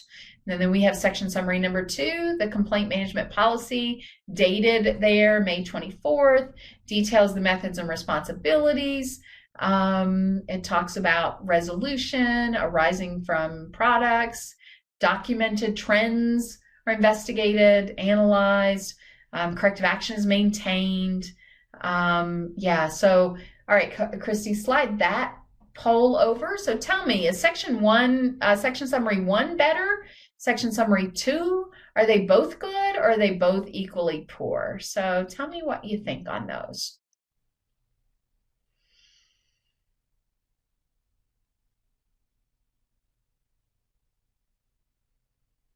Okay, so we see some answers coming in. A lot of you are saying, I say a lot, 50% are saying section summary number 1, 25% are going with section summary number 2. Both are equally good. That's another 17%. And then 9% I think are saying both are equally poor. So, all right, so let's look at the next slide. And I'm going to show you what I've highlighted. So if Christy, yep, there we go. All right, section summary number 1. I've highlighted in green there some things that the auditor mentions that are very specific to the site. So here's what the site's doing. They're reviewing, I can tell from what the section summary says, they have a complaint resolution team. They're categorizing complaints. They've had 5 complaints in the first 4 months of the year. Their top issues, I can see what those are. Review of records shows that they've been closed out. So the only comment that I have really on section summary number 1 is that I would just like to see a little bit more around records. So what records did you look at? So just a review of records. Yeah, so was, did you look at, corrective action? What, did you look at a record for, foreign material, customer complaint that was received on such and such date? So I would just put a little bit more definition around what records you looked at. But section 2, what I've highlighted in red there is an exact, word for word, copy and paste of the code. Exactly. And I think 1 or 2 of you picked up on that. Okay. So yeah, exactly. So the only things that are not a copy and paste of the code are 524 and 2021 and SQF practitioner. That was the only thing that the auditor added when they copied and pasted from the code. I would agree, Chris, that it talks about color and shape, and those are probably quality complaints. And I do caution auditors to make sure when we're auditing that we make that distinction between food safety and quality, because they are not the same. So making sure. Okay. Yeah. Okay. Good. You all did good. All right. So root cause analysis, I couldn't let you all get away without talking about root cause analysis for sure. It defines it there, a method of problem solving to identify and resolve core issues that cause a nonconformity, deviation, or other adverse food safety or quality event. There's just a couple of pictures of some of the more common root cause analysis tools. Fishbone diagram, personally one of my favorites, and the 5 why analysis. And I did include the 5 why 3 ways. If you all have never seen a 5 why 3 ways, I would strongly encourage you to look that up. When I'm training or teaching on 5 whys, I always teach 5 whys 3 ways. And that's each one is considering number 1. The first way is how the problem was caused by the system. So is it a systemic issue? And then the second way is the cause of occurrence. So what allowed the defect to occur. And then the third way is what allowed the defect to escape detection. So I personally like 5 whys 3 ways better than just a normal 5 why, because you dig a little bit deeper that way, but that's just my personal preference. So I kept this slide in here because I really want us to understand the difference between correction, corrective action, and preventative action. So correction is action taken to eliminate the nonconformity, and that's usually immediate, okay? Yeah, usually immediate. So think about if you're walking around, you're auditing a facility, and you see a washdown hose on the floor instead of stored on the hose reel between uses, okay? So the immediate correction is they pick up the hose and they put it on the hose reel where it goes. That's the immediate correction. It's a reactive response to something that has already occurred. Okay. Corrective action is action taken to eliminate the cause. So notice the difference there between correction and corrective action. Correction, action taken to eliminate the nonconformity. Corrective action is taken to eliminate the cause of a nonconformity. It's after the root cause analysis is done and reactive response to something that's already occurred. Okay, so that's correction and corrective action. So think corrective action. So the hose reel or the hose was on the washdown hose was on the floor. It wasn't stored in the hose reel. So we do our corrective action, our root cause analysis, and we determined that people weren't putting it up because they had to walk onto the other side of the line to hang it on the hose reel. Okay, so that actually happened. I'm not making that up. That actually happened. I kept seeing this hose on the floor and was like, why is this hose on the floor, not on the hose reel? They were like, because the hose reel's on the other side of the line and we have to walk around there and then pull it across. And so it was time consuming. So corrective action was move the hose reel, okay? Put it in a more convenient spot. Too many times our sites would say the hose reel was there because the training was bad. And so you would get a root cause analysis of poor training. And then the corrective action, retrain. So, okay, well, what was wrong with your training to begin with? So you didn't really get to the root cause. So there's the corrective action, though. We move the hose reel so it's close to where people can conveniently put it up. Or maybe you have a movable hose reel, that they just pull along behind them. Who knows? There's lots of options besides training. As Chris said, training is always used as an answer. Okay. Preventative action. So that's action taken to prevent recurrence on similar products and processes. It's after a corrective action's been identified, and it's a proactive response to make sure that something that has the potential to occur doesn't. And it can be used as part of continuous improvement. Sometimes that's what preventative actions are. Okay, so my hose reel example. So what's my preventative action? I'm going to look at all the hose reels in the plant. And I'm going to determine if that same thing could happen on any of them because they're located in an inconvenient spot. And I'm going to relocate hose reels all around the plant if that's what I need to keep that from occurring. So, all right. So let me see here. Christy, how many slides do I have left? We're looking at break time, guys. So, okay, we're just looking at break time. I have 7 more slides. So that's, if everybody wants to take a break right now, we can do that and come back and review these root causes and corrective actions. I only have a couple of those, so I'm very near the end of mine, but we can absolutely take a break. So Christy's going to slide across a 15-minute timer. So by my account, we're going to come back at 5 or 6 after. So Christy will put the timer up there, and then we'll come back after a 15-minute break. So you all grab a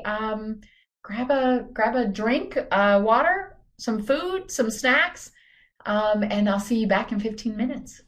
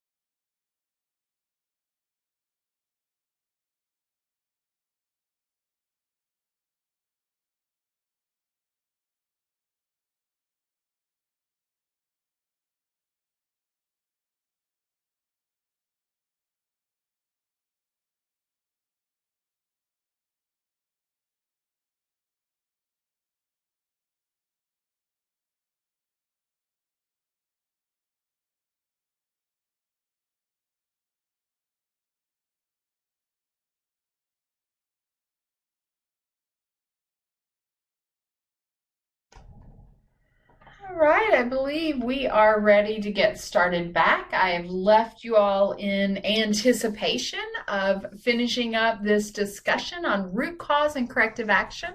I have a couple of examples for you. Again, these are actual nonconformances, root causes, corrective actions, and verification statements that were submitted by sites. And I have a couple of these that I want us to take a look at. Okay, so the first one was written to 11163 extractor fans and canopies, and it's talking about steam and cooking operations there and velocities to prevent condensation buildup and to evacuate all heat and fumes and other aerosols to the exterior. So the nonconformance was written, it was a minor, and it was written to the facility air intake fan. Again, the facility air intake fan, when operated, sucked the filter from its casing. So that's the evidence statement. The root cause was a new site.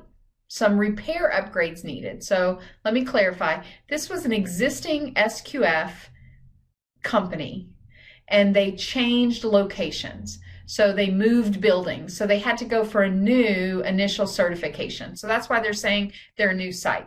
They were a long-time SQF site. Susan's saying the slide is blank. Is there anyone else not able to see it? I'm seeing the actual slide. No, Chris says he can see it. Everybody says they're good. So hopefully the one person now can see it. Because, yeah, hopefully you can see it now, Susan. So the root cause, the site, who is, again, a long-time SQF site, said that it was a new site. Some repair upgrades are needed. Their corrective action was fixing to air vent casing was installed to prevent opening during operation. And then the verification comment by the auditor was reviewed pictorial evidence to show completion. The root cause analysis is minimal as the move has recently been completed. This, however, satisfies the element for the present time. A full review to be undertaken at the next audit for continued compliance. So, what do you all think? What do you think about the evidence statement? What do you think about the root cause? What do you think about the corrective action or the verification? I'm curious to hear from all of you all. So I've got some people typing, so hopefully you guys have got some good insight for me. So is the evidence statement clear? Is it correct? Written to the right written to the right clause or element? What about, okay, so we've got lots of, so root cause is poor, not verified. There's a finding, but it should be against another clause. Root cause is misidentified, therefore everything afterwards will be incorrect. Root cause was poor, too many gaps, not clear is there condensation.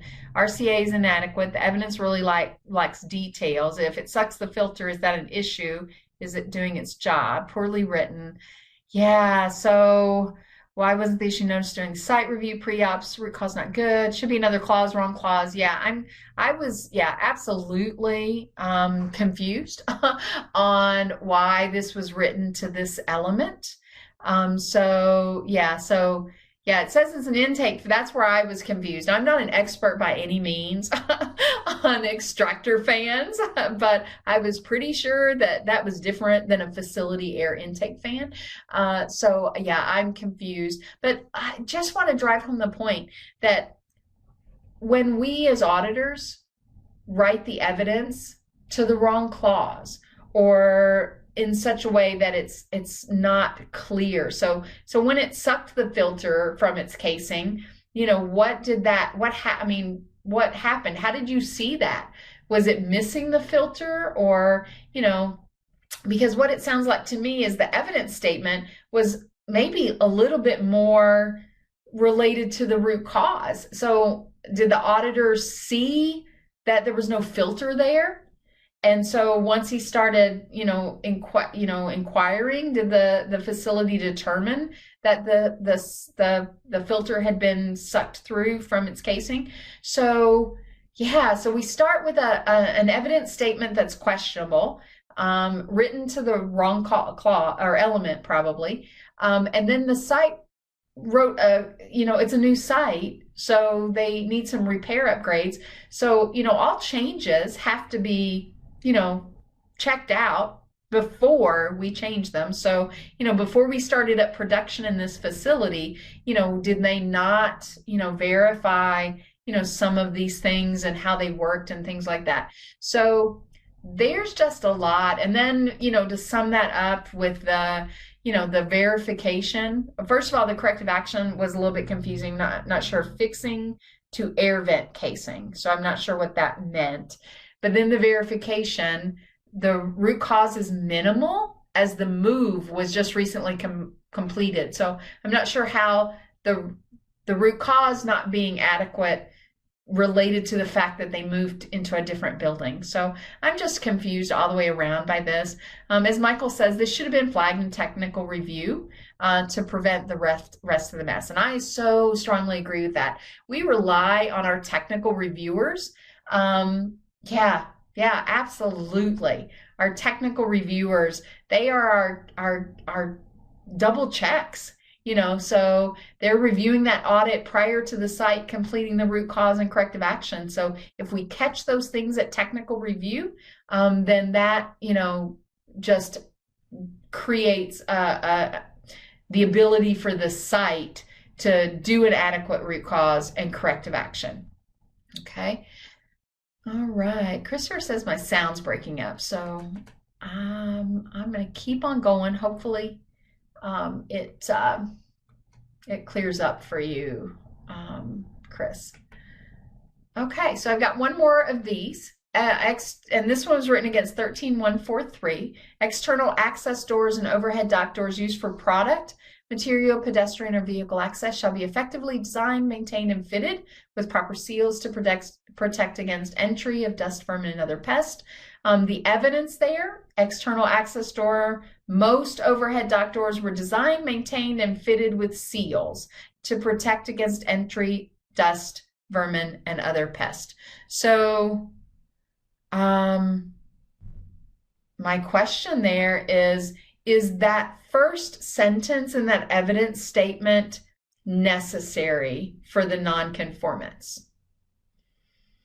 And again, it's written in the nonconformance, not the section summary.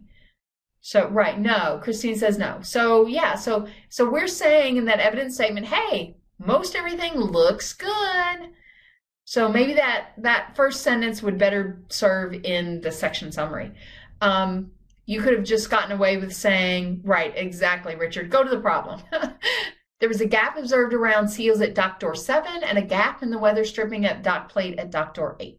Okay, so the root cause, the dock plates were not reported as damaged or needed repair by the shipping department. Corrective action, there was a PO created for the repair, and verification, site submitted corrective action record. So what do we think? Christina says bad root cause. Internal audits are not finding it. Exactly. I hate when sites use their audit program as the root cause for why something happened. So they should be looking at, why are these dock plates getting damaged? Not the fact that it was not reported. So, okay. This is not a root cause, exactly. Let's blame the shipping department. I like that, Christine. So yeah, they didn't get to the root cause, because guess what? The auditor is going to come back next year and there's going to be more dock plates that the seals are damaged, okay? So they haven't done a root cause analysis to see why they're becoming damaged. And the corrective action is a correction. We've defined what a correction, it's an immediate, fix. And so they repaired the dock plates and the weather strips. That's a correction, not a corrective action. And then even in the verification, site submitted corrective action record. What did they submit? Did they submit pictures? Did they, submit the signed off work order? What was their verification information? Alan throws out, hey, a PM program for dock plates. Yeah, maybe that's your preventive maintenance, which would be a preventive action. So all of your dock plates are being reviewed. Okay. So yeah, so a lot more that we could do here, I think. One thing I did want to add on is don't forget, as auditors, as technical reviewers, as people that are reviewing and looking at, these root causes and these corrective actions, it's okay to push them back. If the site doesn't do an adequate root cause or an adequate corrective action or submit adequate verification to make sure, then push it back to them.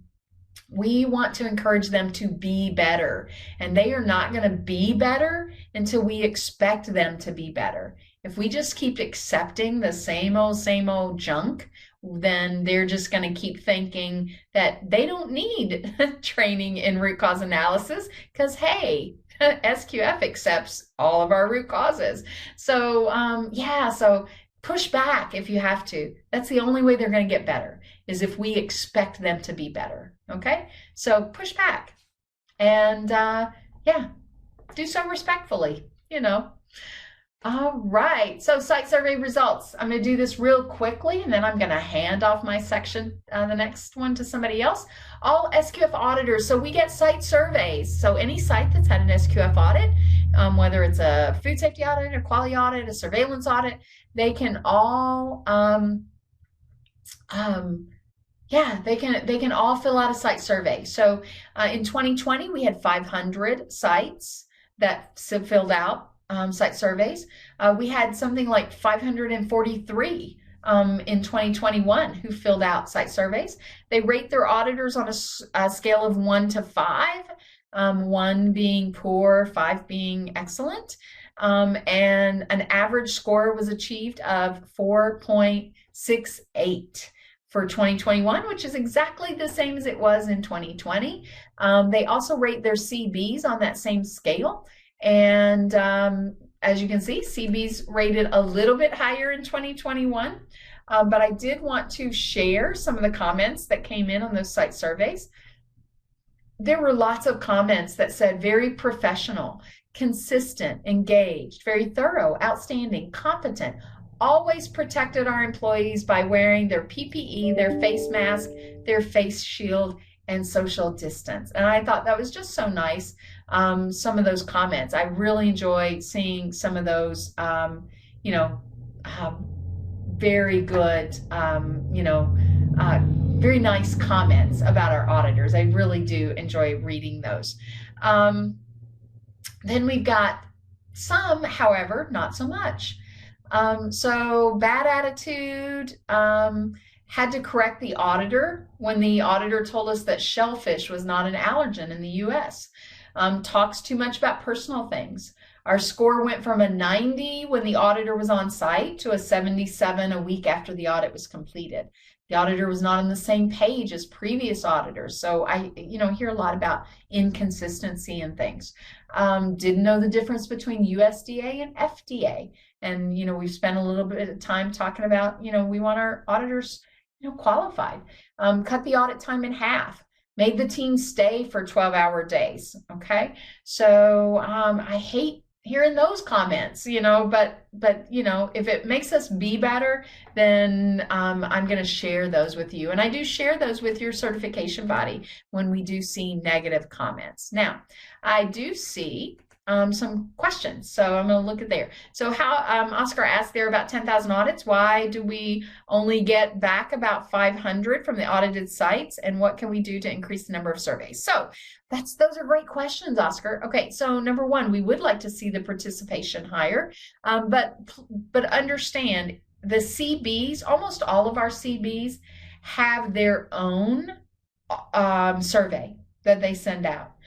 There are only a small handful that use our survey as the only survey. So in some cases, sites receive two surveys, and they may choose to fill out the CB survey rather than ours. I can tell usually which CBs are using our survey because we get a higher number of audits, percentage of audits from their sites.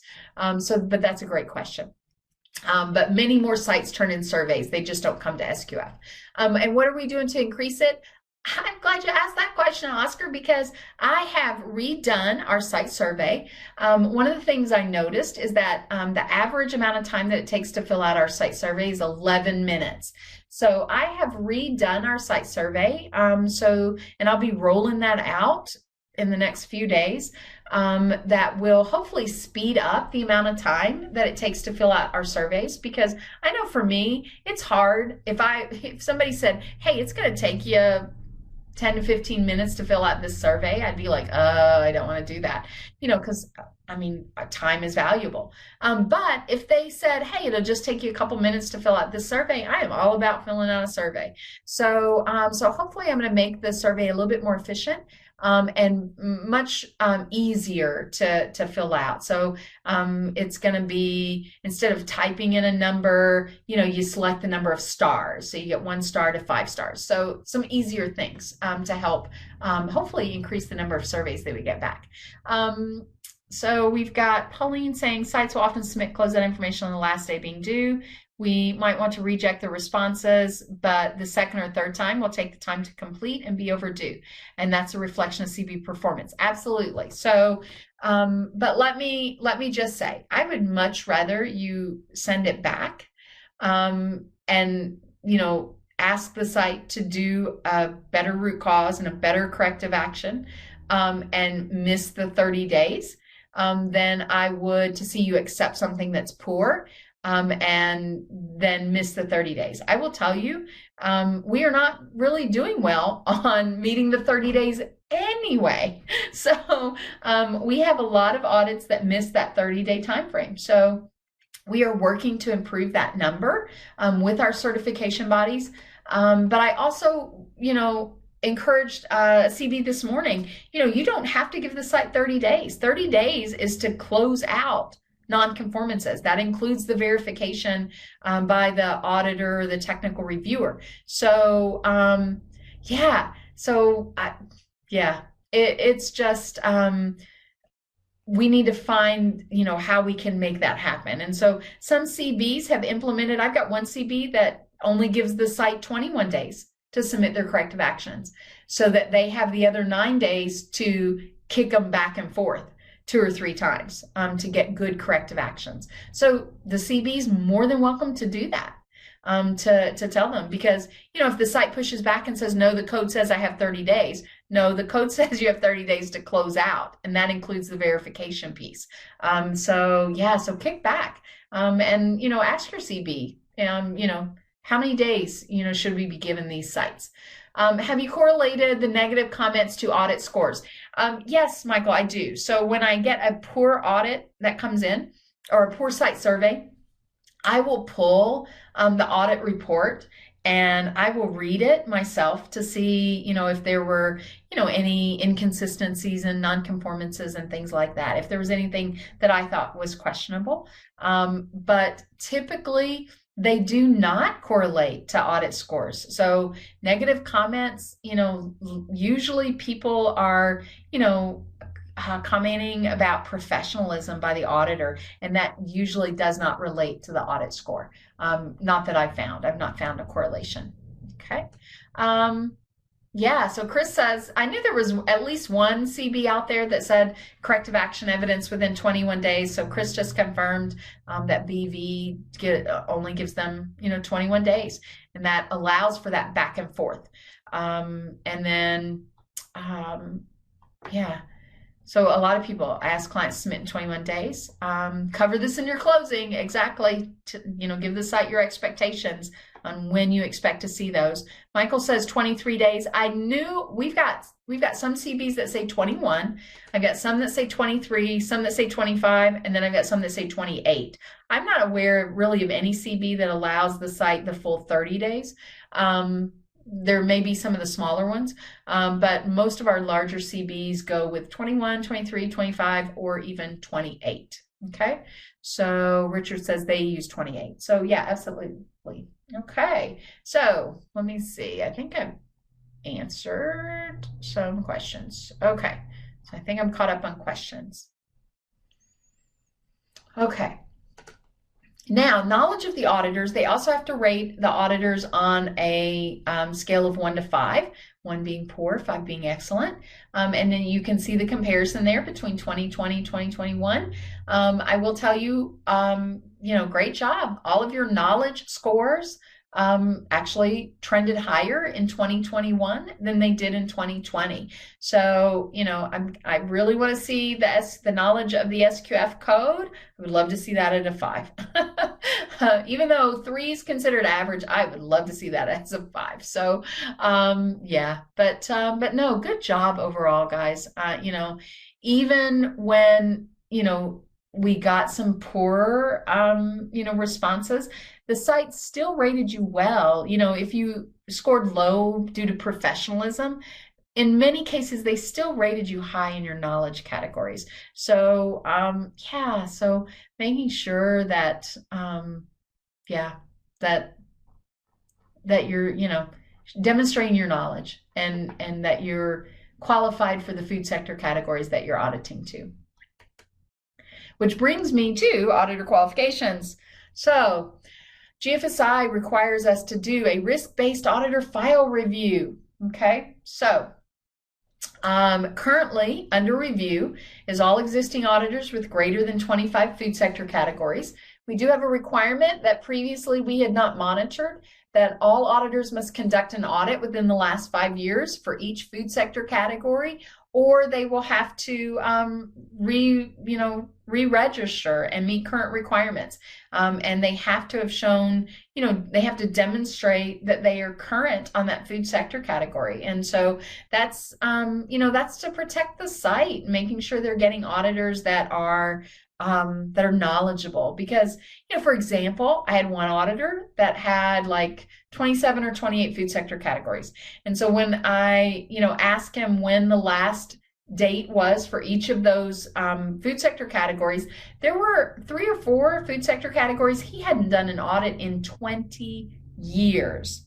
20 years. Okay. So as a site, would you want an auditor coming in to audit your dairy facility that hasn't been in a dairy facility in over 20 years, or that met the requirements, for dairy, 20 years ago, which may not meet the requirements of FSC 10 today? So, this is just to make sure we're sending qualified auditors into audit sites. So we are looking at all of those auditors that have more than 25 food sector categories. That's where we're starting, okay? And then the next group we looked at, we had 6 new auditors this year that were granted between 15 and 25 food sector categories. So again, they were new to SQF, and they already achieved, some of them as high as 25 food sector categories. So we are reviewing those qualifications. One of the things that GFSI pointed out to us is the way we were accepting consulting experience had to change. If Tammy was trying to be an SQF auditor and I said, I've been consulting for the last 5 years and I've consulted in 15 different food sector categories, then we were giving all 15 food sector categories. And GFSI said, no, you can't look at it that way. It has to be looked at by experience in each food sector category. So we've redone our auditor and new auditor and re-registration application forms. It is an Excel spreadsheet. Everything is in one file. It's an Excel spreadsheet. that helps us to sort and filter things so we can better determine qualifications by food sector categories. And so it's all in there. And you should obtain those either on Exemplar Global's website, or you can obtain the file on the SQFI website and get those new auditor forms, because that's what we want to see in 2022 for your re-registration. And there's forms in there for consulting experience. So if you're looking to expand into other food sector categories, you will have to fill out and use consulting experience. You will have to fill out that consulting tab. Christy did put the file in the files pod here, so you can download it straight out of this webinar. But, we are looking to make sure that all of our auditors that have been auditing more than 5 years has had an audit in every one of their food sector categories. Okay. John asked the question, does this mean you have to reformat your audit log? So yes and no, John. So for your re-registration, we are requiring that you use these new forms. Now, ideally, at some point down the road, if you wanted to put all of your audits into the new audit log, that'd be great. But going forward, the expectation is all of your audits will be in this new Excel spreadsheet. I'm also asking, don't modify the form. I had someone the other day that modified my form. Don't modify my form. When you are going in and you are auditing an SQF site and you see employees that are modifying forms, oh no, Richard, it is protected. It is protected. And some people have found ways, if you're really good at Excel, some people have found ways to modify my form. So don't modify my form, okay? No, it's not dumb, Richard. It's not. It's just some people are really good at getting around things, password protections. So, some people just put more effort into doing the wrong thing than if they just did the right thing. Okay. So, so please do that. Richard asked, can we use other audit types such as BRC categories? So yes, so in the areas where you can, I've put in a lot of drop-down boxes. So it will help you to speed up, filling out your audit log. So in the areas where you can use some other categories, it'll tell you when you do the drop-down box, you can select other schemes and things.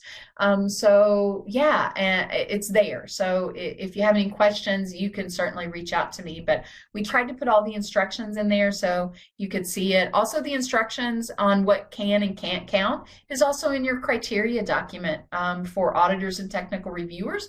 That file is also available in this webinar. Chrissy has it in the file pod if you want to download that. So you should have that anyway.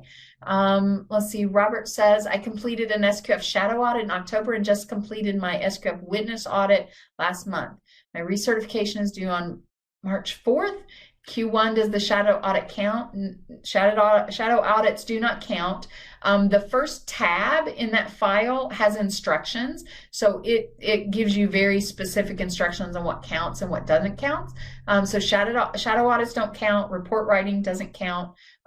So take a look at those.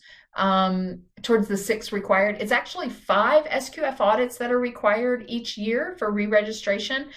You can have the option to do 5 GFSI audits and 1 SQF audit. So there is a little bit of leeway there if you didn't get all 5 of your SQF audits done. And is there any grace period for completing all audits beyond your re-registration date? Robert, you can reach out to me and you can show me what you have. I think Jesse had possibly put my email address. If you could, Jesse, put my email address in the chat box, just in case. You can reach out to me and you can tell me specifically what you have and we'll take a look at it. Okay. And let's see. How and when we do this risk-based review. So we are doing this risk-based review. So I have a risk-based matrix that's set up with all the auditors in it, and there are some categories that we look at. So number of food sector categories, number of years of auditing. There are several things that we're looking at, and we have identified the first group of auditors that we're doing a file review on. There are other things that could require a file review. Complaints could do that. Exemplar Global can ask us to do a file review, based on maybe auditors trying to expand into other categories. Sometimes, that will, alert us. And when we do that, we will, typically do a full review as well. So Rich said, I'm glad for this. I need to update my recent one. I received instructions late. Okay. So, all right. Okay. So good. So that's, Jesse's got my email address there. Jan says have 24 FSCs. So do not have an audit in each FSC so have 24 FSCs. So do not have an audit in each FSC for the past 5 years. So if you have been an SQF auditor for at least 5 years, then in order to maintain all 24 food sector categories, you would have to have had at least one audit in each food sector category for the past 5 years.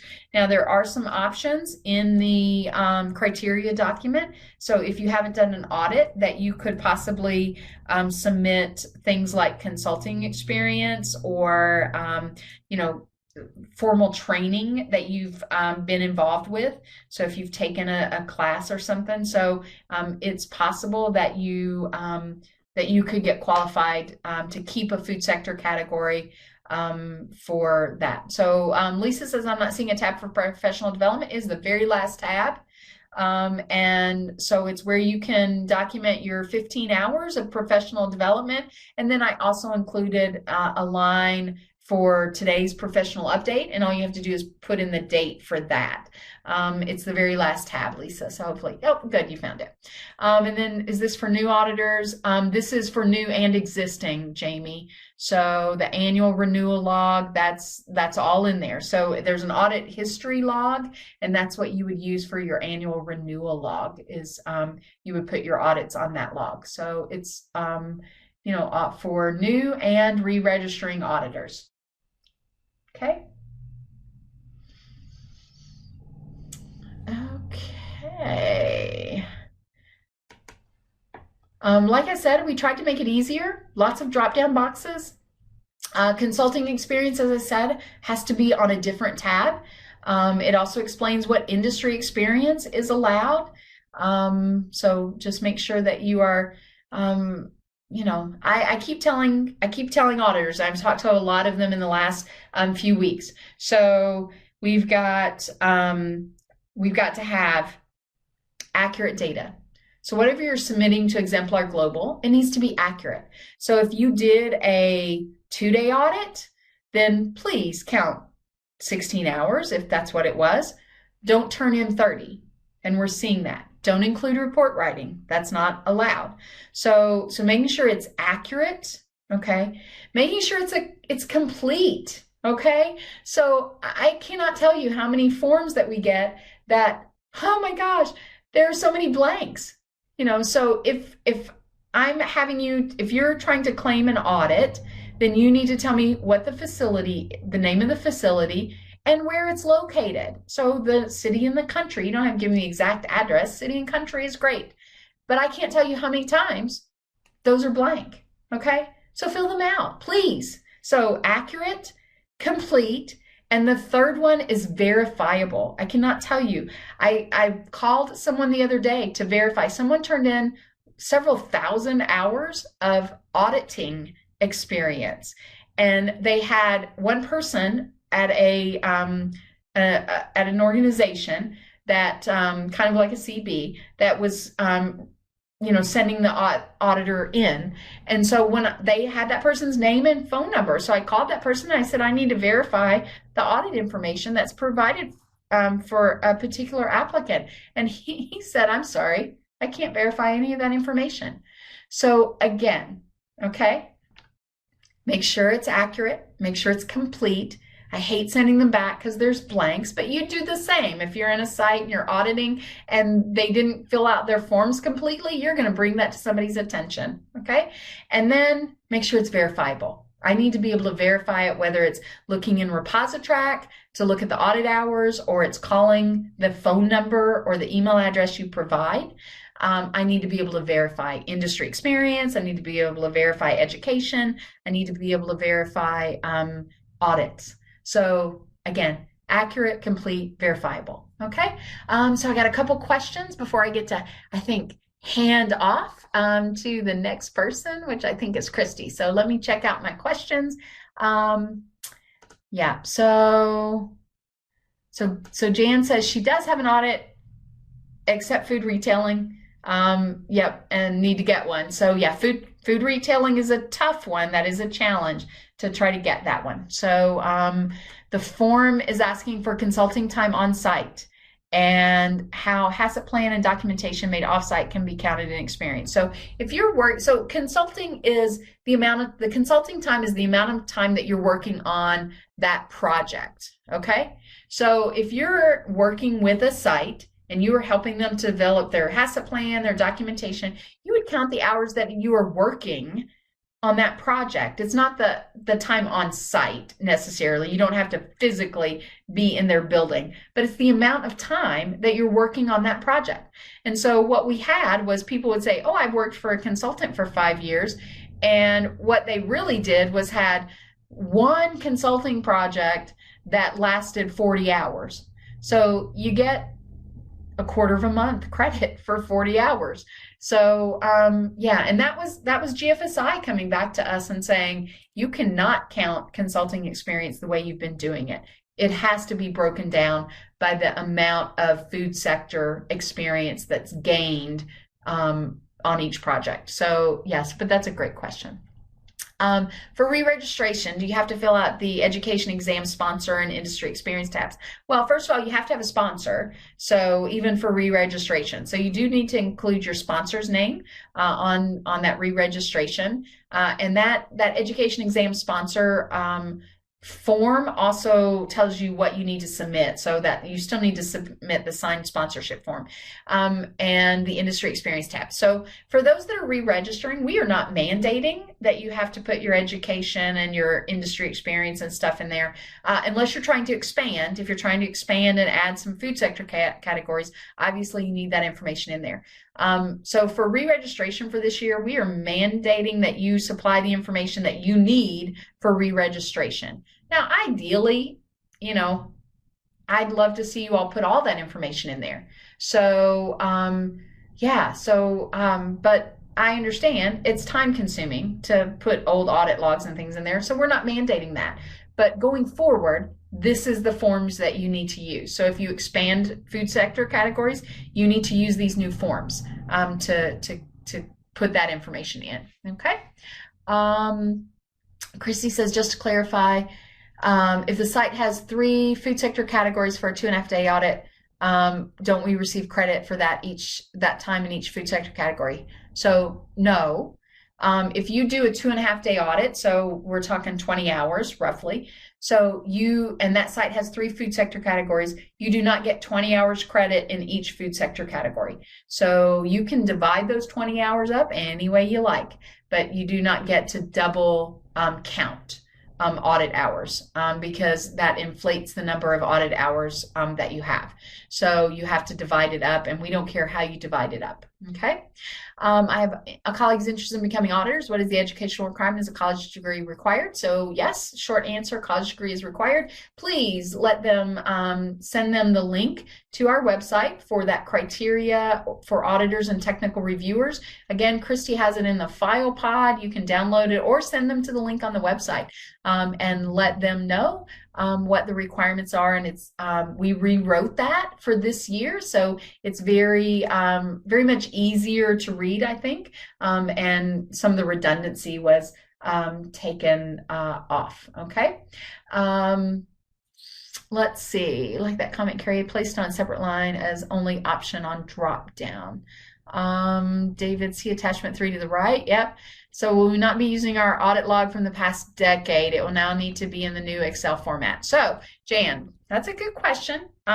So what I'm asking is that for your audit log that you will be presenting with your minimum of 5 SQF audits for this re-registration, that it would be in the new form. Previous audit logs you do not have to put in there. But I mean, I'm a little bit OCD, so I would be putting all mine in the same spot because I see some of your audit logs. They come in 10 different ways. Not yours, Jan, not yours specifically. I'm not talking to Jan specifically, but I see lots of audit logs, and some of them are in PDF, some of them are in Word, some of them are in Excel. So we're all over the place. My OCD wouldn't allow that. But for you guys, what I'm asking is that going forward, you use the new forms. Okay, so if you're re-registering, the information you have to submit for re-registration goes in the new forms. Okay, so that's what we're trying to get here. So new form is for new auditors. Okay, so new form is for new auditors and existing auditors. So if you are re-registering, okay, make sure you use the new forms. Okay, meaning the audit log, we've been sending an exemplar, will no longer be required. So the audit log is now in that new form. It's in the new, so if you have not opened the new auditor registration forms, they're in the file pod on the right. Number 2 there, updated auditor registration forms. Please open them. And again, Brian, as I asked, I'm not asking you to move your old log into the new form. I'm asking you, starting today, going forward, when you get ready to re-register in 2022, use the new forms. But absolutely, Jan, put them all in there. Put them all in there. I'm OCD, okay? I would have all mine in there. So, put them in the new form, okay? So new forms for consultants. Yeah, Mike, so if you are just registered as a consultant, you can use the new form. It does have the consultant criteria tab in there. And I even highlighted that one in yellow to show that it's different. So you could use the new form to put in your consultant criteria as well. Okay, isn't re-registration audits from last 1 year? Yes, so for re-registration this year, you are submitting audits that you've done in the last 12 months, okay? So yes, you will use the new form to put your audits from the last year. You do not have to put anything prior to that unless you're going to expand your scope. So I want to add food sector category 13. So I'm going to put that in the new form. And so that may require you to put some older audits in there if you're using audits up to 10 years old.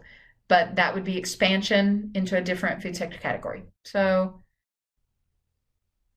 what do you need me to explain one more time, Jan? I've explained a lot, so I'm not really sure. Luis, so this form is only for last 1 year audits only, just confirming. So you are re-registering in 2022. So whatever audits that you are submitting for re-registration, you need to put in the new forms. Okay.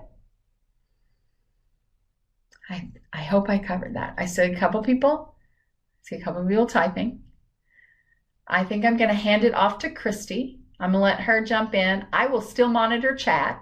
So if you have questions, so Christine says, please send a link as to where the form is. So Christine, the file is actually here in this webinar. Christy kindly put it in the file pod to the right of the chat. And it's number 2, updated auditor registration forms. And then Chris also put the link in earlier. So Chris is always helpful like that. So, and with that, there it is again. Thank you, Chris. Appreciate that. You can also get it on the Exemplar Global website as well. It's the same file. It is an Excel file. Okay.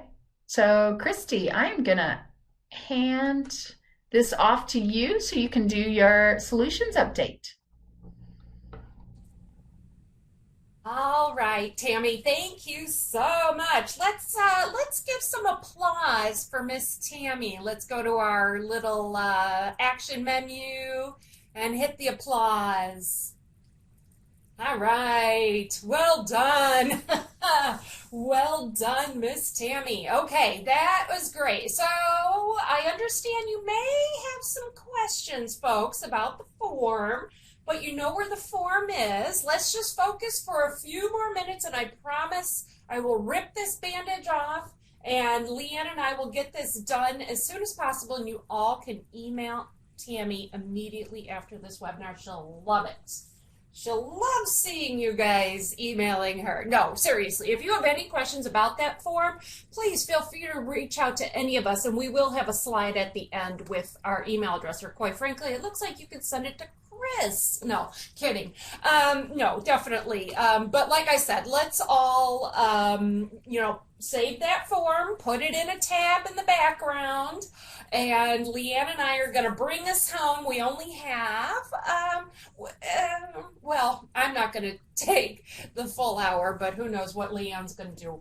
Anyway, so let's go ahead and get started. I am, again, Christy Grzywinski, and I am a technical director here at SQFI. I've been at SQFI for 10 years, people, 10 years. And let me tell you, the time has flown by. I can't believe that I've been here that long. I've always been a part of the technical team, and my main function is our training program. So our site training programs that are delivered by our training partners. We use our training centers, our licensed training centers, to deliver ILT, instructor-led training, and we work with our training partner, Intertech Alchemy, through their Zozi platform to provide our online training solutions. And then SQFI does all the other tools. So our tip sheets, our guidance documents, our checklists, our codes, and our auditor training. So that's a quick summary and I'm done. No, let's go into, we're going to talk again, like I always talk about, professional development, which is perfectly aligned with what Miss Tammy has just been talking about, right?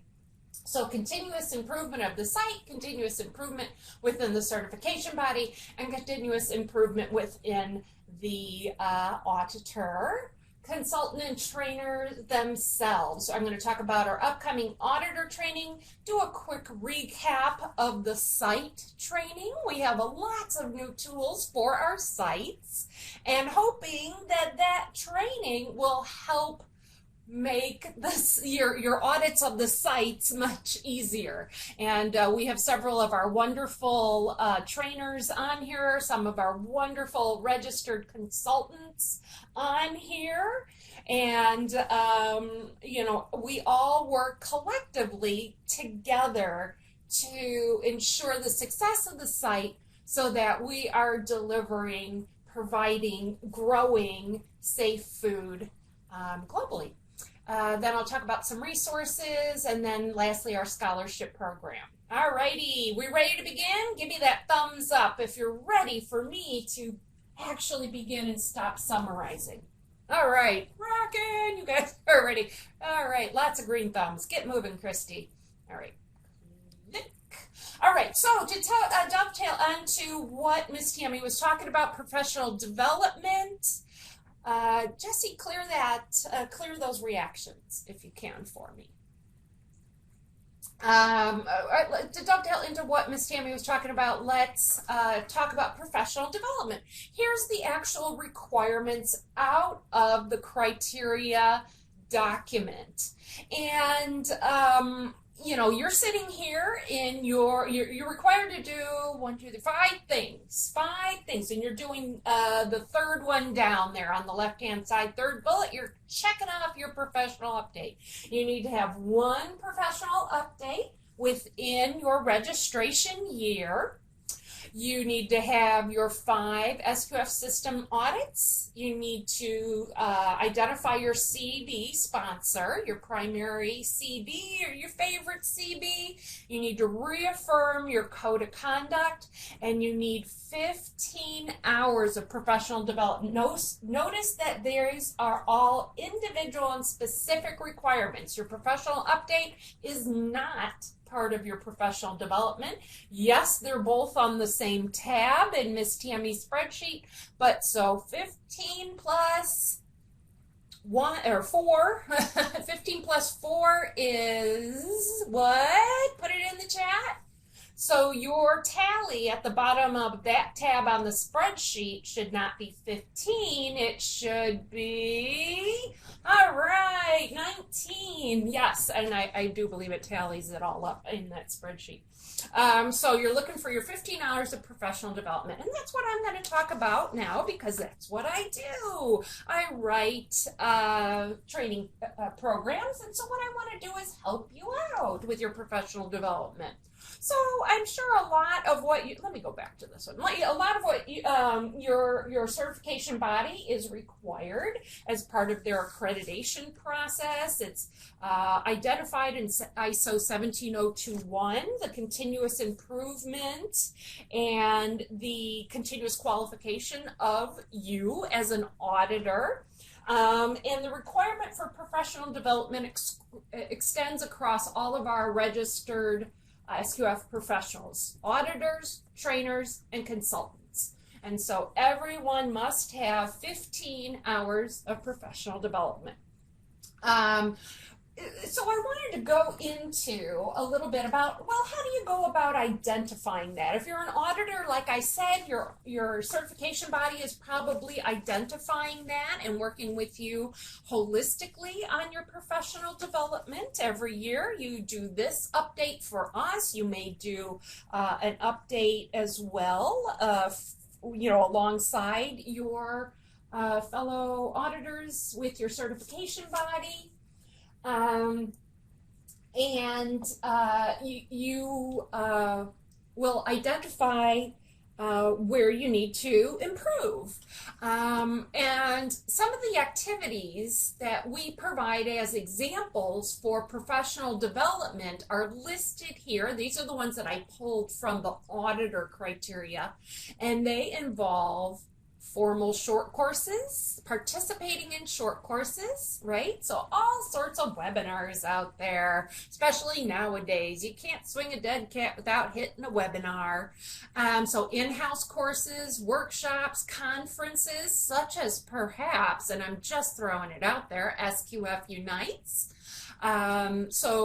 Professional body or association meetings, if you go to IFT, IAFP, if you serve on a committee that pertains to food safety or quality, you can identify that on your tab in the log. Preparation and presentation of papers and articles, that also counts. So if you're coming up with something new, you can also include that. So I wanted to point that out because so many people attend conferences, attend SQF Unites, and hit all those webinars. But I wanted to help you understand that it's more than just that. So think of all the things that you do outside of your job as part of your professional development. And let's expand on what you may have done in past years. So Christine, very good question. As you're counting your professional development in attending, say, a conference, you would identify the number of hours that you participated, right?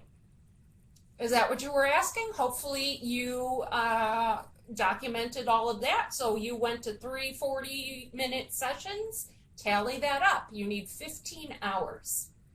SQF roundtables, yeah, the roundtables would count as well. Any of those discussions, yep.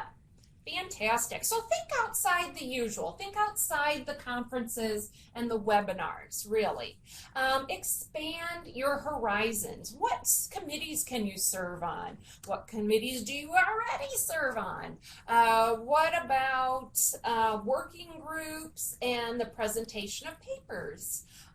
Think about all of that.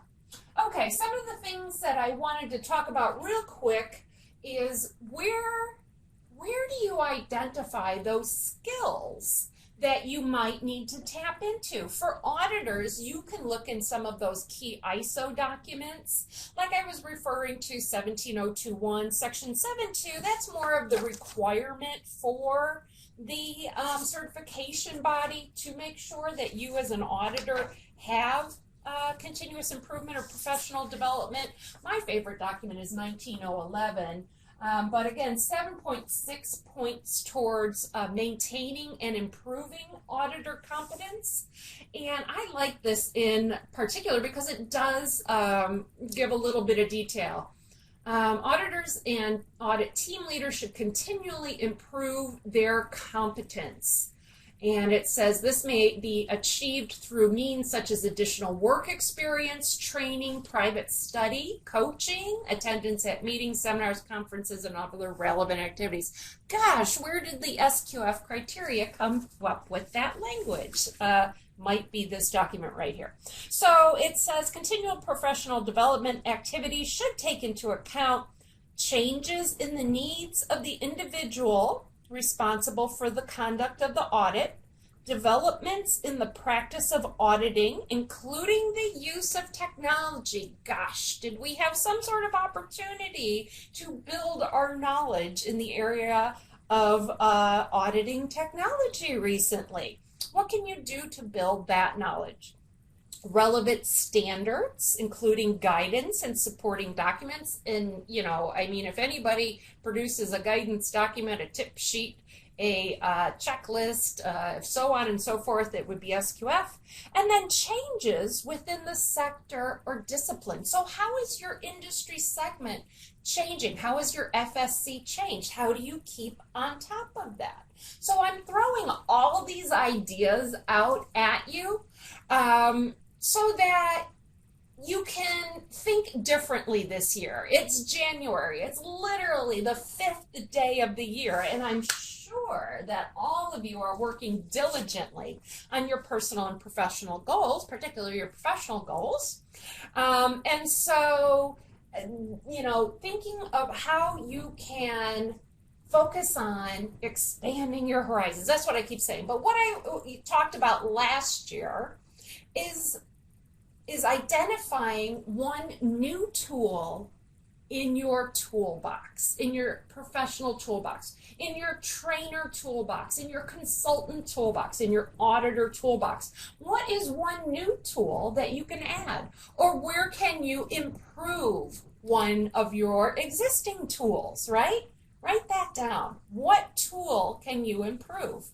And I want to remind you to not only focus on the hard skills. I know that Tammy wants to see your knowledge go from a 4.87 or whatever it was to a 5, but I think that's pretty good.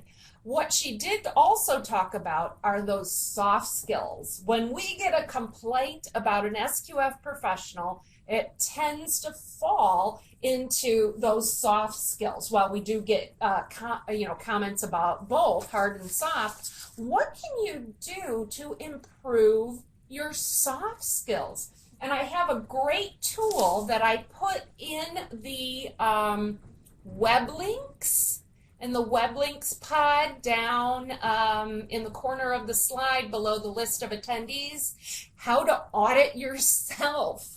How cool is that? I thought you guys would just love that. How to audit yourself. And it goes and provides articles on careers in auditing. And some of these have to pertain to, accounting auditing. But a lot of the documents, the files on the CIA, Careers in Auditing website, are general for auditing in general. So self-esteem, project management, meetings, meeting management, self-management, communication styles, work overload, self-confidence, and so on and so forth. So there is one, it says number 3 in the web links below that I put in there, examples of soft skills. Let's take a quick peek at that one. What are some of those soft skills you can focus on? Number 1, communication, right? Compassion, adaptability, teamwork, creative problem solving, time management, conflict management. I'm someone who does not like conflict. And I understand that it's a part of what I have to do in my real world and in my professional life. So if shying away from it is not an option. So how do you deal with that? How do you deliver that bad news in the audit? How do you know how to say when you're already expecting the site to be perfect, how do you convey to them, well, that they're not? So dealing with conflict management, positivity, strong work ethics. So I put some great web links in there, and I also put a file, number 1, determine your personal objectives as an SQF auditor. So our consultants and our trainers can use these as well. I just know that the majority of the folks on here are auditors. So I it was my 80-20 rule, but some of these tools will work as well for our consultants as well, and our trainers. So any thoughts, anything you would like to share with your colleagues here? What are some of the tools that you may have found? You can share them in the chat box. And what are some of the soft skills that you find auditors or consultants or trainers can focus on? The links, Oscar, are in the pod that says web links, which is on the bottom next to the, I think you can you see my pointer? Is the web links are here and the files are over here. No, my pointer's not working. Hold on, let me get my pointer. Still not working. Okay.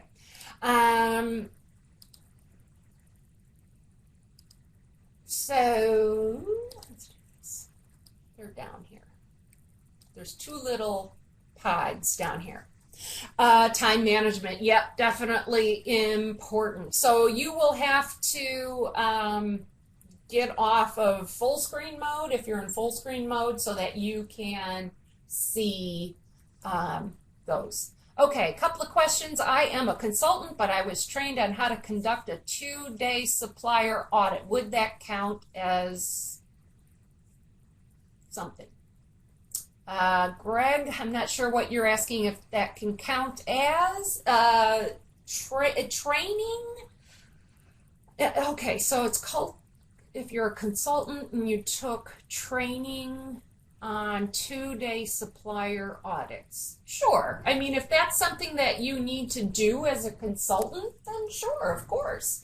I mean, again, last year we talked about the PDCA cycle, identifying what you're going to do, your learning objectives, and how you're going to go about doing it, would be part of your plan. So if you've identified that learning about doing 2-day supplier audits is something you need to do as a consultant, then yes, certainly it could be counted.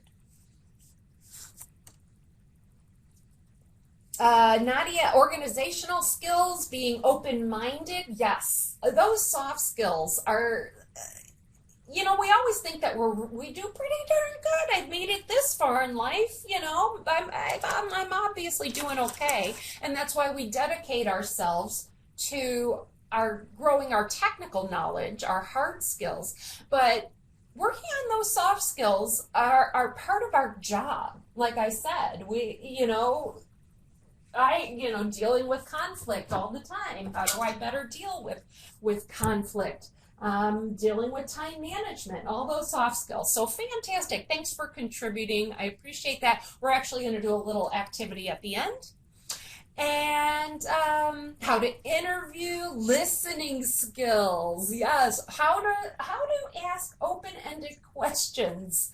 I always think I'm good at that, and I'm not. I think I'm thinking, laughing, because I'm thinking of every time I ask a question, I always add that right at the end, like, and I ask that because I'm unsure of myself. I didn't know if that question came out right. So it is definitely, I think I'll add that to mine, asking open-ended questions. For my part, when the client confirms that the SQF audit brings added value to the system, I've done my job. Exactly. This is regardless of the fact that the client gets away with 8 minor nonconformances. Yeah, exactly. Are they satisfied with it? What did they say that you did to bring value? So I would say, obviously you're doing something right. So what other skills can you focus on moving forward? Okay. I beat that to death. Hopefully I've given you some good ideas, some thoughts, some areas you can expand into.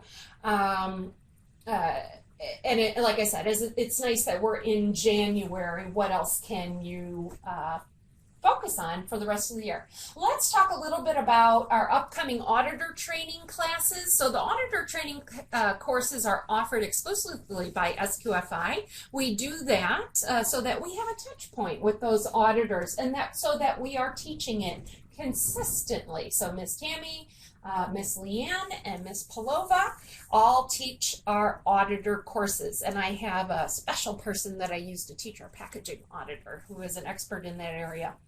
So what I did is I put up here the courses that we offer are the Auditing the SQF Code Requirements. That's required of all auditors. If you want to become a quality auditor, one of the options, if you do not already have a quality certification or experience in quality auditing, you can complete the Auditing SQF Quality Systems course. And if you're looking to expand into package FSC 27 and you don't have an advanced certificate or advanced degree in packaging, you can complete the packaging auditor. And I put did I do it? Yeah, the links to all those courses, the upcoming courses, in the web links pod, which for me is, oh dear, let's undo that. My arrow went awry, which is down here for me. That's where my little web links pod is, down there. So let's see, 8, 7, and 6. So 6 is the Auditing the SQF Code Requirements course, 7, Auditing SQF Quality Systems, and number 8, SQF Packaging Auditor. So if you need to take one of those, I put the links right there. Or you can go to this page right here. Oh, that got all goofy, didn't it? Okay, so Adobe likes to do goofy things with funny formatting. So I think it's still a little readable, but however, our site training courses, as I said, our instructor-led training is provided by our licensed training centers. And our licensed training centers are specifically qualified to teach these courses. We develop it, SQFI develops them for our licensed training center. And again, to provide that consistency when the training centers are training sites. So they're bringing them into the SQF fold and using a consistent training program. And they teach 4 courses, and they are our core courses. The Implementing SQF Fundamentals for those sites looking to get a fundamentals certificate. The Implementing SQF Systems course, which are, is pretty much for anyone new to SQF or looking to move into SQF to better their existing SQF system. Our Implementing SQF Systems course is our core course. It's our foundational course. It's our most important course, and it is taught by our training centers. For those sites that have been sites for a while, or are practitioners who are looking to take themselves and their position to the next level within the context of the SQF program, our advanced SQF practitioner course is one they'd want to take. It's an excellent course for existing sites, SQF sites, or existing SQF practitioners, using all that data that the site has generated and developing what's next. It's very focused on continuous improvement. And lastly, of course, those sites who are seeking certification to the SQF quality code, if they want to prepare, or the quality practitioner wants to get a better understanding of the quality code, the Implementing SQF Quality Code course is an excellent one for them to complete.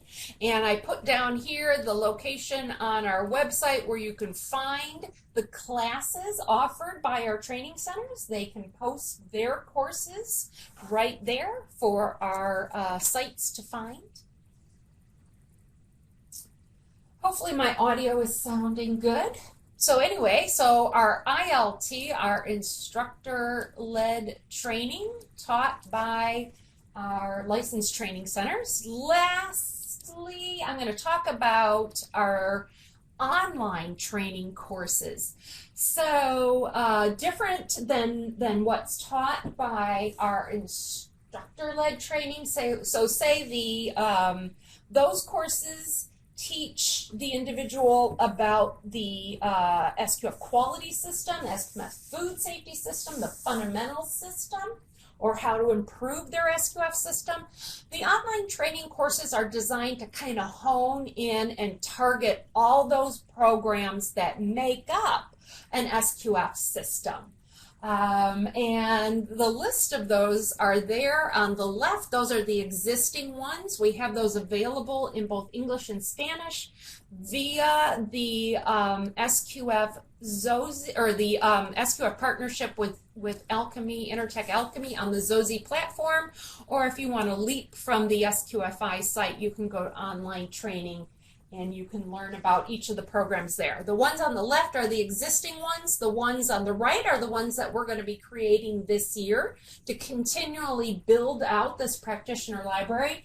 And earlier we were talking a little bit about root cause analysis and having sites write better CARs, corrective action reports. These courses can help those sites to do that better, conduct a root cause analysis. So what it does is kind of break the process down into its steps. It runs through a real world example. So this is how an example site goes about doing it, and then it runs the participant through some activities on how they can begin to do it. So it's a very practical approach. Each of the courses are about an hour long. Very quick and easy, like a nice little dive into each of these topics. Internal audits talks about the process approach, using a traceback audit approach to internal audits. We were talking about that earlier, how sites are challenged in their internal audit process and seeing the value of their internal audit process. This is a very good course, and our food safety culture course is a big hit, helping folks understand how to target their food safety culture.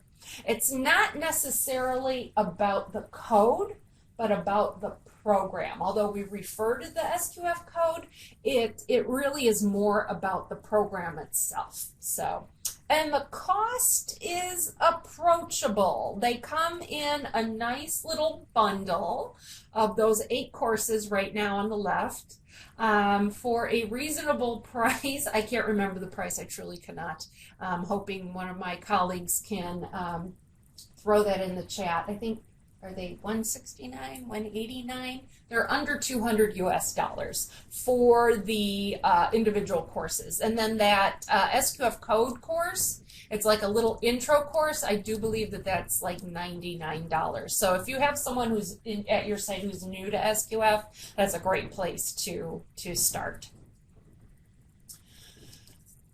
And lastly, here's a listing of our exams, and those are also available online. And we also have them available in paper and pencil format for those who are not able to access them online. We, through our training centers, can offer them in a paper and pencil format as well. And we have all sorts of languages, you know, Japanese, Chinese, Canadian French, and Portuguese. And so lots of different languages that you may not see online. Those can be offered in a paper and pencil format. Some of our resources, I've talked about this before, but it's really kind of nice. So you can go to our resource center for our guidance documents, our tip sheets, and our checklists.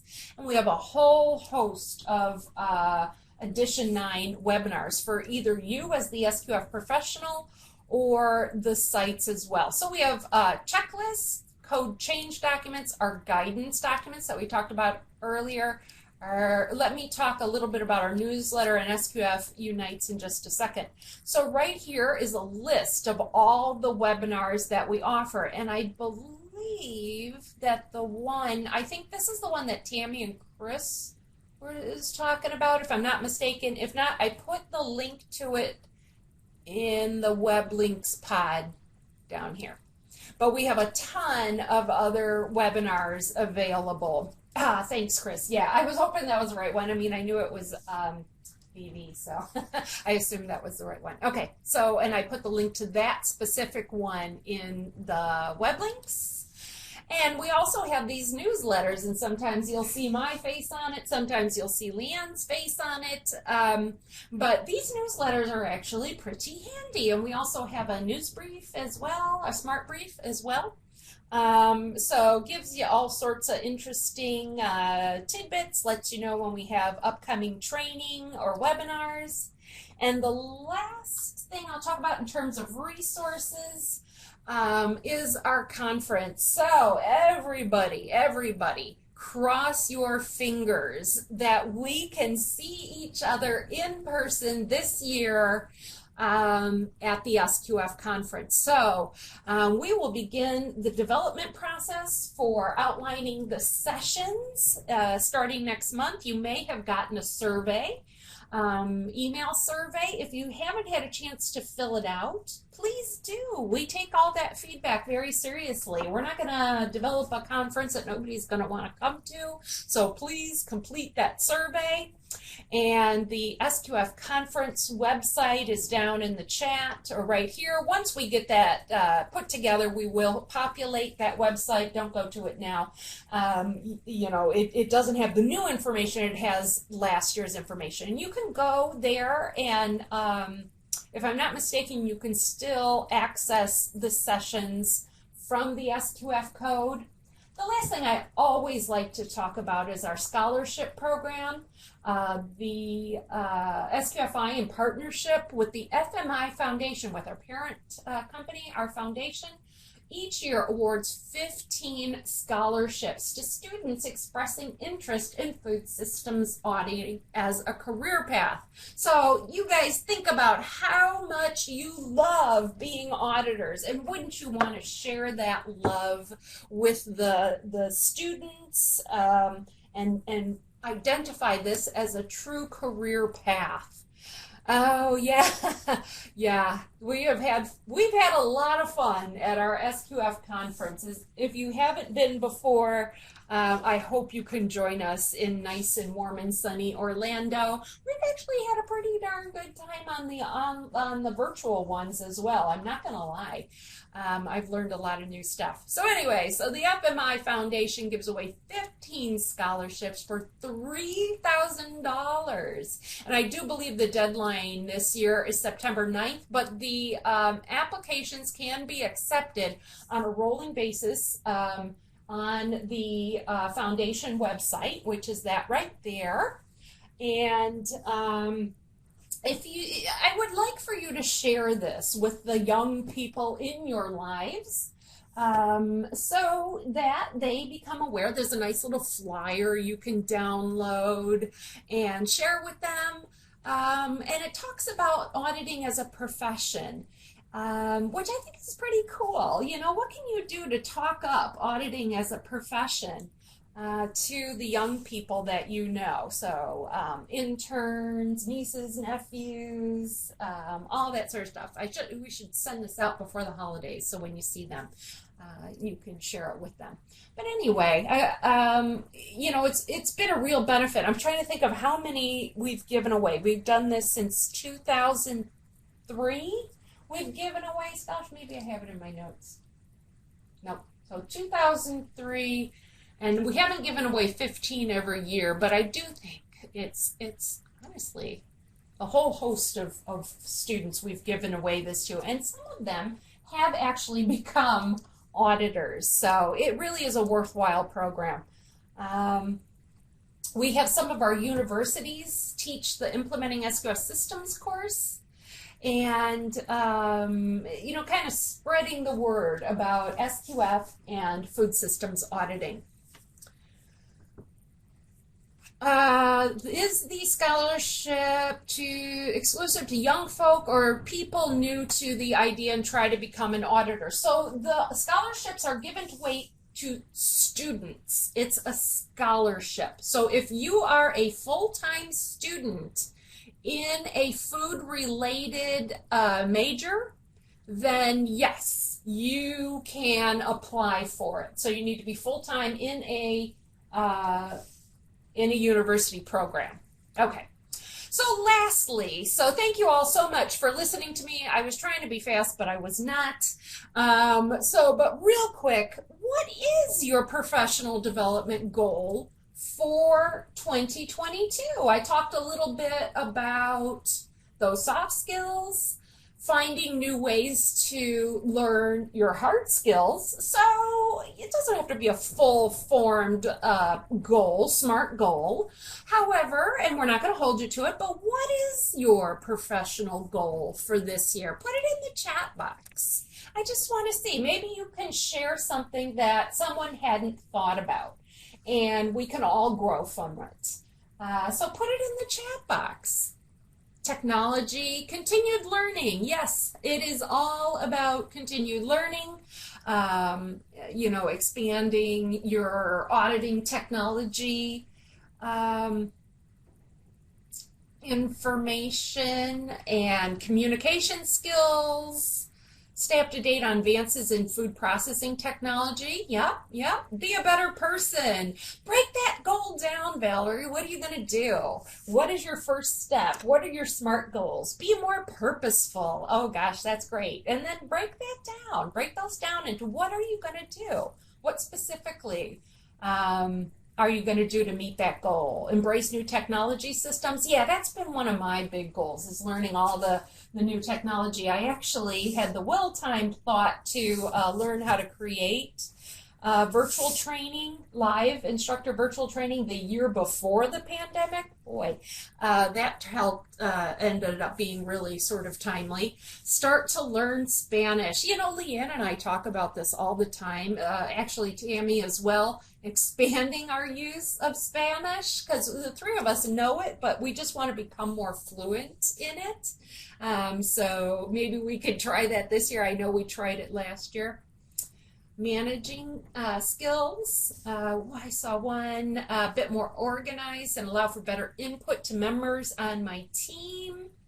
Memorize the main clause. Yeah, gosh, that's great. It is handy when you know certain clauses within the code, and we're working on that with Jessie. You know, you don't have to memorize it, but just you know that 2.5 is what 2.8 is EMP, 2.5 is validation and internal audits, and what is 11 point something point 7.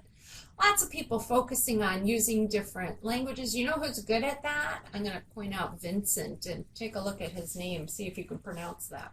It's like mine.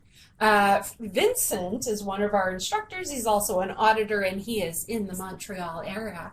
And he teaches our auditor course from time to time in French for that auditor up there. And he does a wonderful job. All right. So we had, no, I won't. You know what? I might not put that link out there, Leanne. Okay. All right. I won't do it. See, I can't pronounce it, but you know what? You probably can't pronounce my last name. So it sounds better when Vincent says his last name. It just sounds lovely. So French. Learn more about food fraud, vulnerability assessment, and mitigation. Yeah. That's awesome. Fantastic.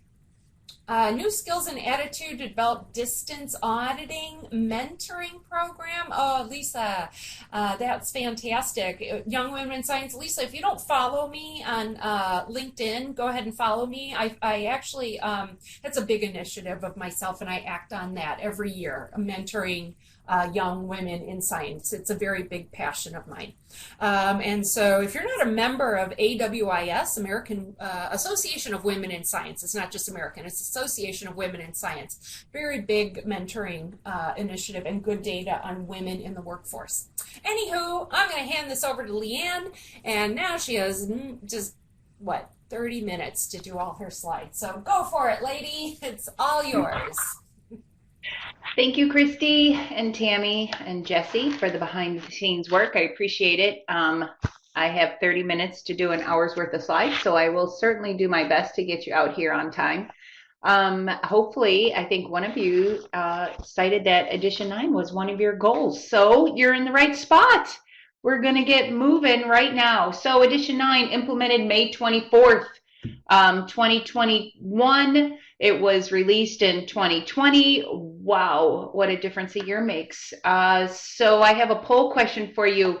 Have you conducted an audit against the SQF Edition 9? Yes, no, maybe. I think hopefully there's a poll going to be, yep, yes, no, yes or no. Not even a maybe. I didn't even put a maybe in there. Looking forward to it soon. Are you doing it soon? So yes or no. Here we go. Almost. So the yes votes are definitely outweighing the no votes by a good 90-10 percentage. So that is awesome. So excellent. So there you go. I'm not going to waste your time anymore. So yes, 90% of you have conducted an audit. 10% have not. So we got one, I asked you, or Christy or Tammy, one of y'all asked it to chat in your question, and Michael Govro, hello, by the way, I haven't talked to you in a while, chatted in a question, and we will definitely get to your question regarding food safety culture and the policy statement. So we will get to that. But if you have other questions to Edition 9, make sure you chat them in. That's what we're here for. Okay, so under these, I'm not even going to go into the changes to Edition 9 because y'all should know them by now. There was a lot of changes to Edition 9, but there's tons of webinars, as Christy cited earlier. There's lots of information, lots of webinars that have been posted. So find one of those. They're free. They're on our YouTube channel. And if you want to learn about what those specific changes are, go ahead and do that. But we're almost a year into this code, so I wasn't about to go into all the different changes. Instead, let's just jump right into the FAQs that are there. Okay, so one question that came in was what is meant by potable water reticulation? Another question about food safety culture. Michael said it was already covered. Somebody already talked about that. So your question, great, but we're going to get to that as well. Tests that fall under the new requirement for internal sampling. Proficiency testing has spurred a bunch of different comment questions, even though it's not new to Edition 9, but apparently it is just raised some questions as to how people have been auditing against it. Composition to meet label claims was new under 2.3.2.9. Label reconciliation was new, and then ambient air testing is new. So there was one question about medical test required for Edition 9, and I believe, Carrie, you're referring to the code amendment. So that's an awesome question, one I am writing down right now. So the medical tests. regarding the code amendment that was out there. I totally forgot about that. So I will add that. Okay, so let's get to that first question, 11.5.1.1. If you're following at home with your code, it's about potable water. And the statement and the requirement is adequate supplies of potable water drawn from known clean source shall be provided for water used as an ingredient, cleaning, hand washing, etc. And we added the source of potable water shall be identified as well as on-site storage if applicable and reticulation within the facility. So the definition of reticulation is that it's a network of pipes used in water supply. So what you need to do is identify where are those pipes, where is those sources to ensure we're not having any cross-contamination of water that is out there. So definitely that's one of them. So a couple new questions came in. So I'm going to ask Jesse if you could capture these questions and then put them in the presenter chat so I can address them at the end. So if you can just kind of copy paste and put them in the presenter chat, that way I'm not going up and down and I can continue with my slides and then we'll get to your questions at the end. So thank you for that preemptive thank you before you agreed. So thank you. Okay, the next question is about food safety culture, and as Tammy said, we have been getting a ton of questions about food safety culture, and even in our review, as Tammy has commented, there has been some concerns in our review of our audit reports. There's been some concerns as to how you're responding, how the auditor is responding to food safety culture. So when we first were reviewing this, it was just we didn't have any non-conformances to food safety culture, and we're like, well, that's odd, you know, like it's a brand new requirement and everybody's meeting it. And now we're getting some responses and non-conformances to food safety culture, and we're like, these responses are odd. So let's go over what this is. So 2.1.1.2 is the specific requirement to food safety culture. So it's to lead and support a food safety culture. As you'll see, many of these bullets are already are very familiar because they were in edition 8, probably in edition 7, and we pulled it all under edition 8 under 2.1.1.2. But we did put 2.1.1.1, the policy statement, we did state in there that they need to have outline a minimum, the commitment of some type of sub-bullet to establish and maintain a food safety culture within the site. So it's not saying that that policy statement needs to declare and have a written food safety culture commitment, but that the food safety policy statement itself has a commitment to support the culture of food safety at that site. So that's what we're looking for. If the words food safety culture aren't in that policy statement, the expectation isn't that that's a non-conformance. The expectation is that that auditor is going to ask a lot more questions regarding food safety culture at that site to get a better understanding how they comply with 2.1.1.2. So that's the idea behind food safety culture. This one is a bugger really to review, and the site doesn't quite know how to demonstrate. The auditor isn't quite sure, but to be honest, it really hasn't changed from edition 8 to 9. It's just now auditable. So Tammy put together this really nifty slide because it takes a look at 3 components of food safety culture: the action all the way down, the action of the site, the written as well as the review, and then the process. It's a circular process here. So we look at 2.1.1.1, and that's that commitment. That means that's the policy statement that's going to say, this is our commitment. It's what we will do. It's our backing. It's our commitment to food safety culture, and that's in the policy statement. So again, the words food safety culture do not need to be specifically included in the policy statement. Even if they are included in the policy statement, that certainly doesn't mean that food safety culture is there. I want to raise PCA, for example. I'm sure their policy statement was fantastic, yet many of that senior staff is in jail right now. So just because they say we will doesn't mean that they automatically have food safety culture. But 2.1.1.1 is that commitment. It's that statement. It's what we will do, what we're committed to doing. Then when you want to look at 2.1.1.2, and this is what they are doing. This is their action. This is how they're leading and supporting their food safety culture journey at the site.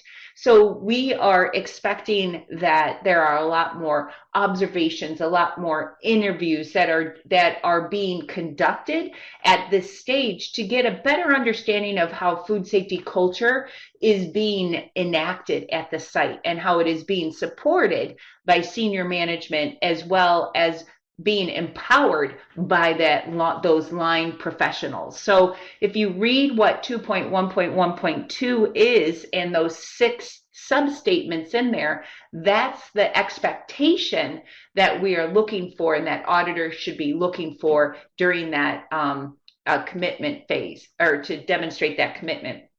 And then under 2121 is what they are reviewing to ensure that the food safety culture has been in place. So it's looking to see if they, what their food safety culture performance, the objectives, the performance objectives, and it's looking at to say, this is what we did, and this is where we need to improve. It's a continuous improvement journey. It always will be. It's not a food safety culture period, end of the journey. Is, as the slide title states, it's a journey. There's not truly a destination. So there's always room for continuous improvement. And then the arrows at the bottom join it all together. So in the review, you go back and you look at how we're executing 2112, or how we're following our statement in 2111. So that review goes back and then it continues on into that continuous improvement journey. So that is our expectation in food safety culture. And it's a really neat breakdown as to how you can better understand how food safety culture should be enacted at the site, and as an auditor, what you would be looking for in order to evaluate food safety culture at the site itself. Let's see if there's any. So I think that answers all the questions on food safety culture. If you have more on that, just let me know, and we'll be there. But yeah, you're right, Valerie. It's the PDCA cycle. Exactly. I mean, that's exactly what this is. It's like plan, do, check, act all the time. And that's really what that review is. And that's what food safety culture is all about. Yes. Yes. So very good. Okay. So I'll get through some of these questions, and then Jessie is capturing these all. So then we'll get to your questions right at the end.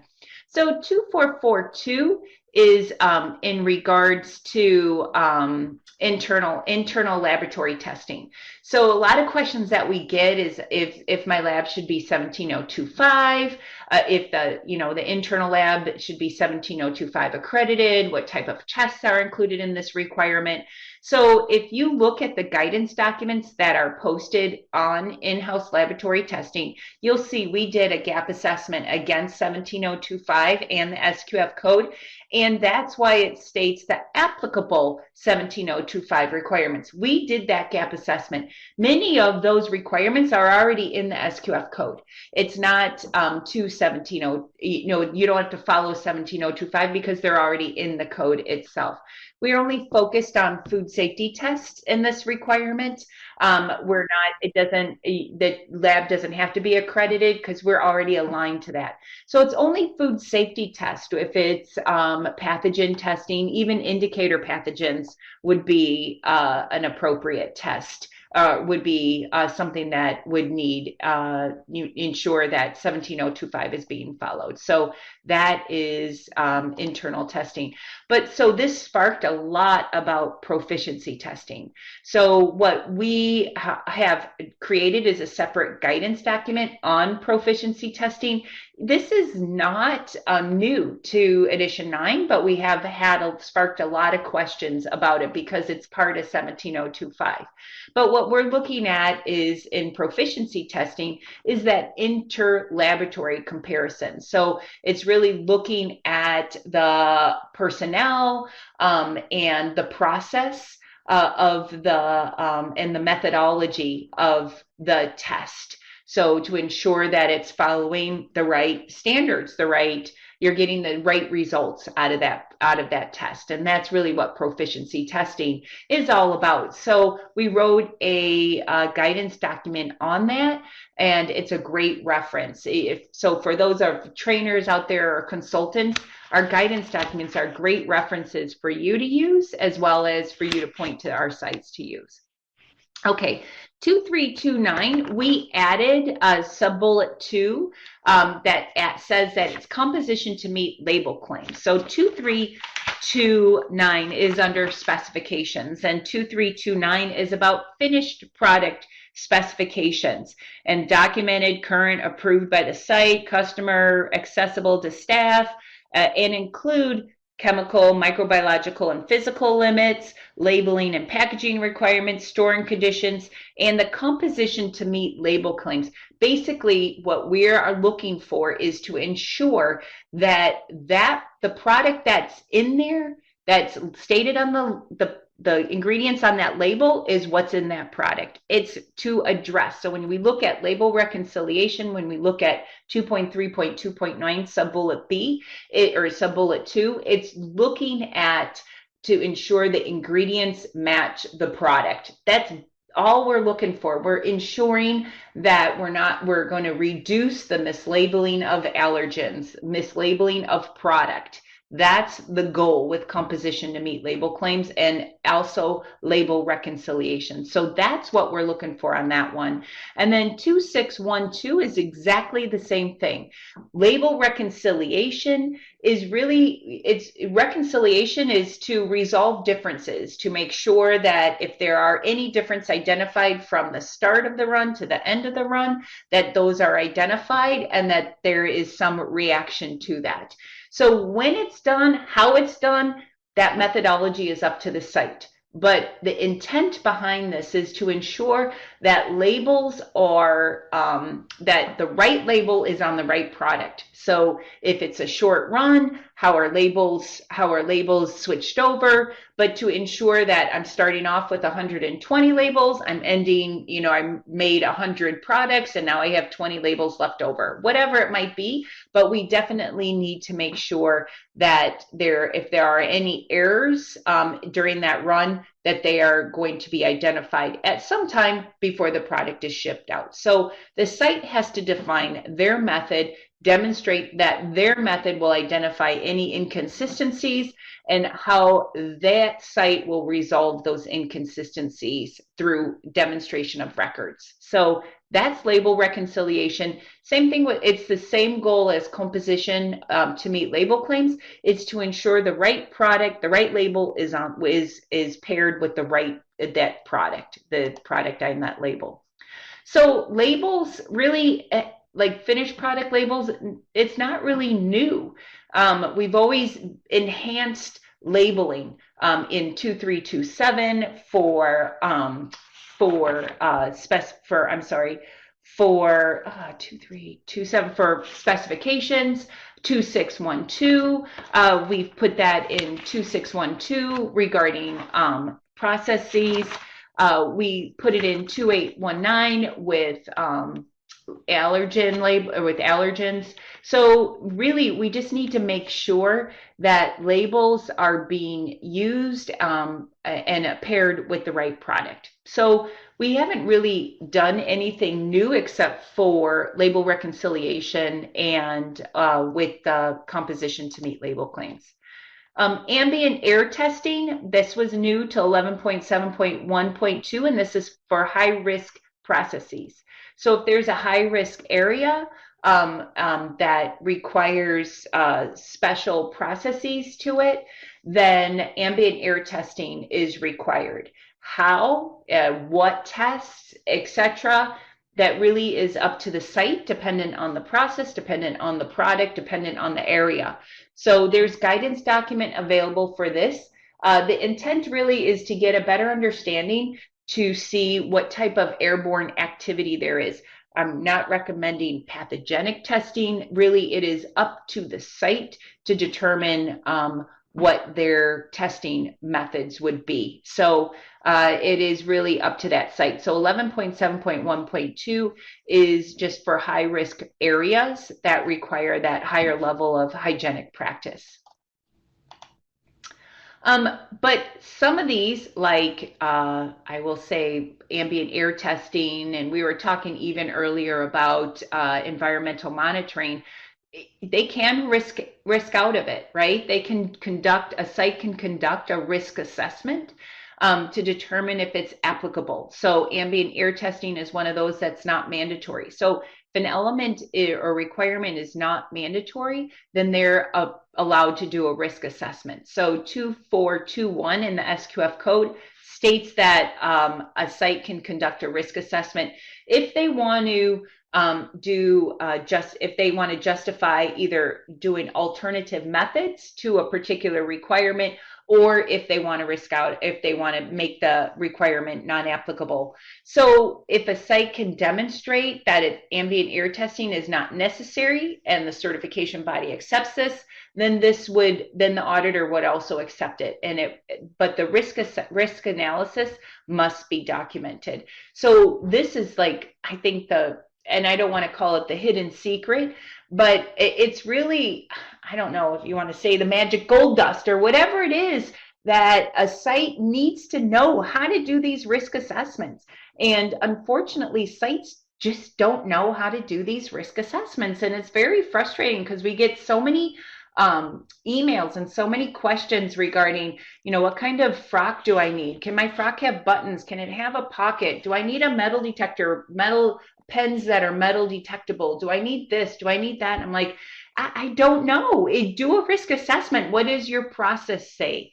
So this is like the hidden secret to the success of the site's food safety management program. So I really would encourage auditors, if you're a consultant or a trainer, to focus on how to conduct a risk assessment, because it's going to help the site moving forward on how they can identify and control the risks and their best methods to do that. So there is a guidance document available for risk assessments, so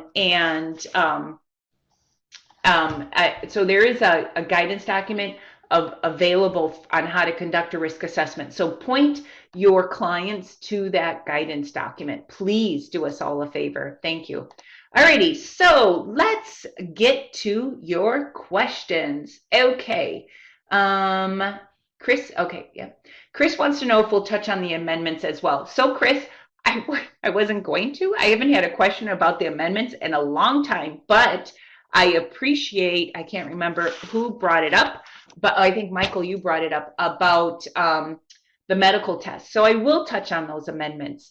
So because of our GFSI assessment, we had 4 areas within the SQF code that GFSI said we did not fully meet the requirements within GFSI. So rather than publishing an edition 9.1, which would have created a lot more headaches, we decided that we were just going to put together code amendments to say, hey, this is the intent behind that code amendment. There are 4 code amendments. The first one is about medical screening. The medical screening process, we do have a requirement that the employee cannot work if they are ill, right? Everybody knows that. We all follow that. If the employee is ill with a foodborne illness that can be transmitted to food, they can't work because we can't get people sick. Norovirus, hepatitis A, salmonella. There are Shiga toxin producing E. coli, and there's one other one, and I can't remember. I can never remember that 5th reportable. Anyways, there are these reportable diseases that you can't work around food. So what we said is, that was in the statement. What GFSI said, well, there needs to be a procedure on how the site is handling. And I'm like, well, I'm assuming they have a procedure. They're just not going to blanketly declare it, right? There has to be a procedure in place.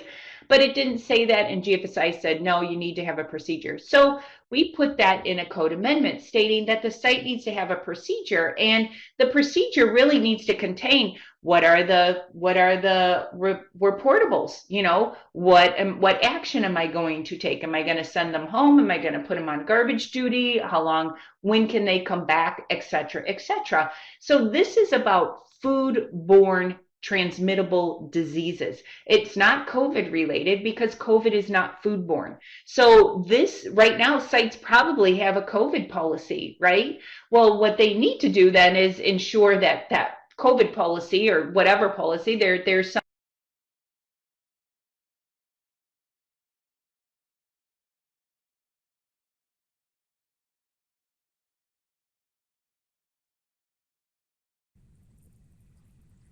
Leanne, we lost you.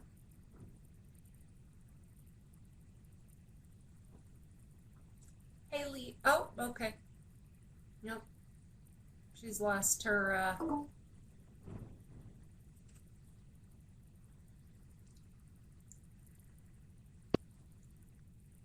Can you hear me Oh, now? there we go. Yep, now Okay, we can. sorry. I apologize. Yep, internet just went out real quick. So look for our guidance document on medical screening.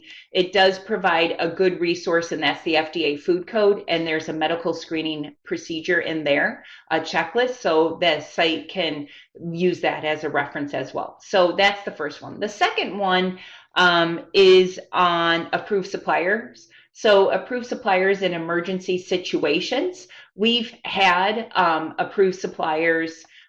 We do have an emergency situation policy or emergency situation requirement where if there is a supplier that is being sourced in an emergency situation, that the site needs to do an analysis on the ingredients coming in, you know, so that's what we stated. GFSI said, nope, it needs to be a part of the approved supplier program.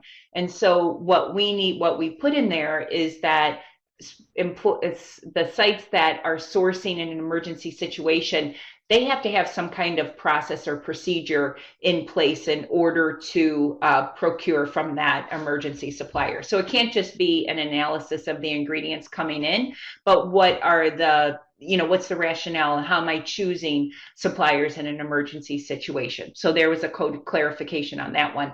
The other two is on multi-sites, and multi-sites, honestly, we don't have a lot of multi-sites, but it just was clarified as to who could participate in a multi-site. Mainly just primary producers can, and storage and distribution. And the last one was on application of chemicals for primary producers, so for plant growers. So it's the knowledge of that person applying the chemicals. So those are the 4 code amendments. We did a webinar on this one last year, so you could look for that in our YouTube channel to clarify this, and we also had something in the conference as well. So if you have any questions about those code amendments, feel free to reach out to one of us. Let's see about the questions. Okay. Clarify the needs for external distribution centers to follow SQF requirements. Yes, so I believe, Vincent, you are referring to contract manufacturers, and regarding that, there is third-party storage and distribution businesses. So basically what we are requiring is that now any of those third-party storage and distribution businesses have to be part of that contract manufacturing process, and how are they being evaluated as well. So when the product is being used either as a storage of raw material or even if a storage of finished goods, if there's some kind of third-party contract as a contract storage, third-party storage, then they would need to have those food safety requirements as well. So it's not like they have to be certified to SQF or GFSI or anything like that, but that they have to have some kind of food safety evaluation to it as well. Do they have to follow GMP part of SQF or the full code? Yeah, I would say, according to the code, it's not the full code at all. It's mainly about this is about 2.3.3.3 about contractual agreements with third-party storage and distribution businesses, and include requirements relating to customer product and compliance with clause 2332, which is regarding that they have to have they're not considered high risk, but they would have to meet the requirements of the SQF food safety code. So it would be the relevant pieces of that food safety code as it relates to storage and distribution. Yeah. Does a contract mention that they would follow SQF codes acceptable or meet this code? You would have to have some type of demonstration. So the contract would state that there would be some kind of requirement that they would meet the SQF code, but then there would be have to be some demonstration of that from the site to the auditor. Yeah. Okay. Another question asks, how do sites deal with water contingency if the municipal water supply is compromised? So that's a good question. So this is an 11.5.1.2. Thank you for looking that up, or whoever provided it, because that one I could not remember that code requirement. So 11.5.1.2 states that there shall be contingency and plans for instances when the potable water supply is deemed to be contaminated or otherwise inappropriate for use. So how sites deal with water contingency, if it is, that's up to the site. I mean, there just needs to be a contingency plan. They could boil water. They could get a tanker full of water in. It depends on what they're using the water for and where that water is sourced. So if the water's only being used for hand washing, what are they going to do? If it's being used for cleaning and sanitation and hand washing, if it's being used as an ingredient, whatever that might be. So that's to be determined by the site based off of their process. So I don't have a firm answer for that, but if the municipal water supply is compromised and that's where their source of water is and that's where their potable testing is, then there needs to be some contingency in place. It would be acceptable to stop operations, I would agree. That might be it. They might send everybody home. If we're on a boil water advisory, we can't produce product. I mean, it could be that they're going to stop operations, but they would definitely need to make sure that it meets their customer requirements as well. Yeah, so that would be fine as a contingency plan. We talked about medical screening. How can a site demonstrate lead and support of the food safety culture? So, Norella, that's a great question, is about food safety culture. So I guess I look at you guys, it's a 90-10 split who has been audited against, did an audit against Edition 9. So what are some of your examples? I'm sure not all 90% of you marked non-conformances. So perhaps in the chat, could you share what were some of your examples that you saw that said this site has food safety culture? So what made you mark that requirement compliant versus non-compliant?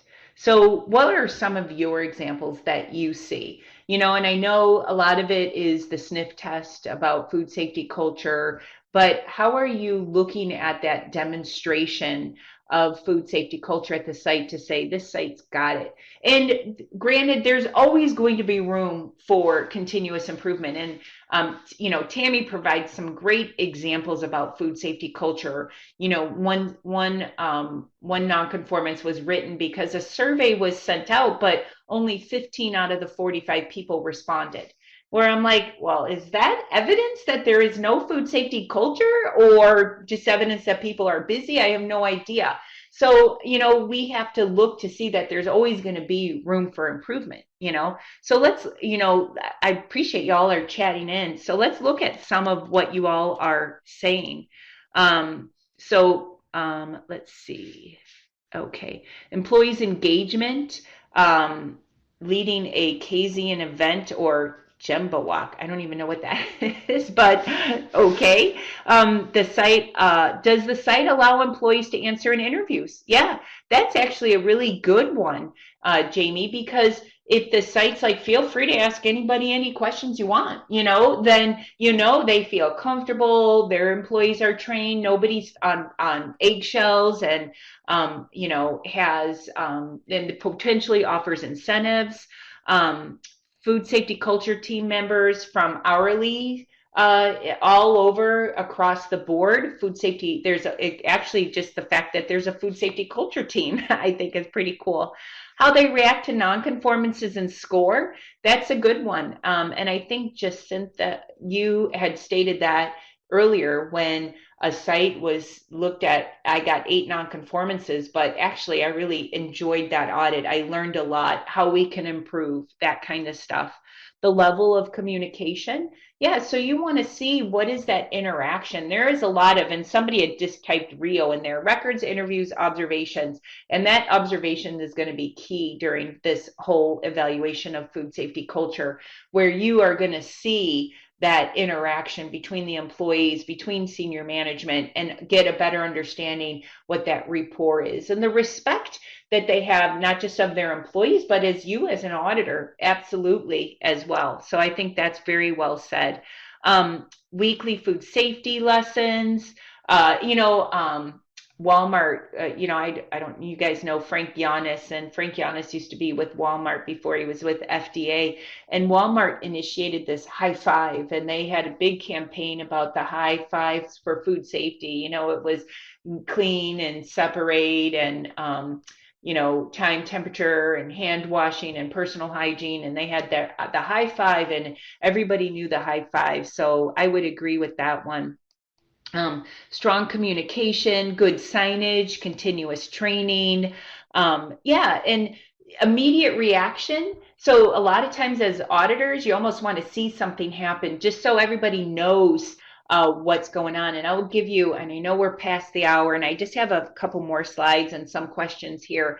But my favorite example of food safety culture is when I was on vacation, and we were waiting for our table sitting at a bar. And some of you have heard me tell this story, but we were waiting at a table sitting at a bar, and each got a drink, and my husband and I, and we were watching the bartender because it was just packed.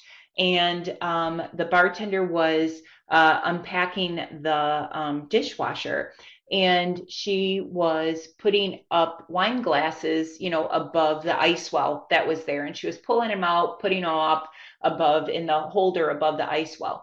And she pulled out one wine glass in there, and she was putting it up, and she noticed there was a huge chunk of glass missing out of that ice glass. And she looked at the ice glass, she looked down at the well packed with ice, up at the wine glass, down at the well again. She must have did that 3 times.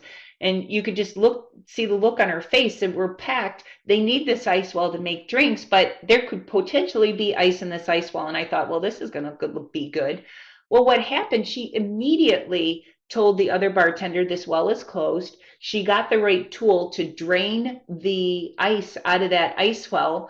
And she did it all within a matter of 10, 15 minutes, right? So I looked at that and I thought, this is a safe place to eat, because one, not just because she did what she was supposed to do, but she got the support of the fellow bartender, and she also had the right tools to do the job.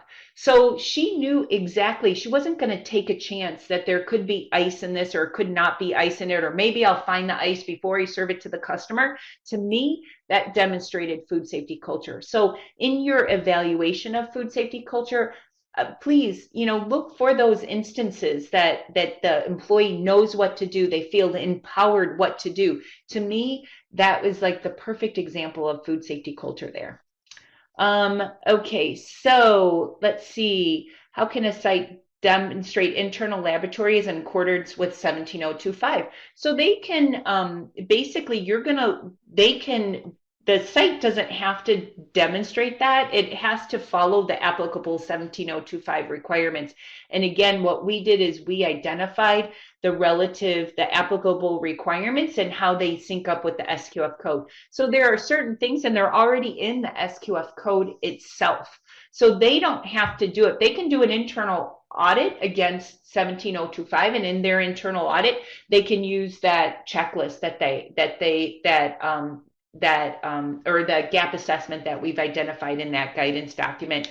But basically, what we have in the code meets those applicable requirements. So training is in there, code methodology, proficiency, or not code methodology, the testing methodology, the proficiency testing, all of that is already embedded into the SQF code. Does a risk assessment apply to other testing as well? It just replies, so it can apply to anything, to be honest, a risk assessment. I just love the actual risk assessment itself because it can apply to get a better understanding of how they need to control or conduct a test, or which test to do, or why even do a test, or how to record, or where their pest control program should be. So it doesn't apply to particular tests. It can be, but according to the code, if they're going to exempt out or do an alternative method, then a risk assessment needs to be provided.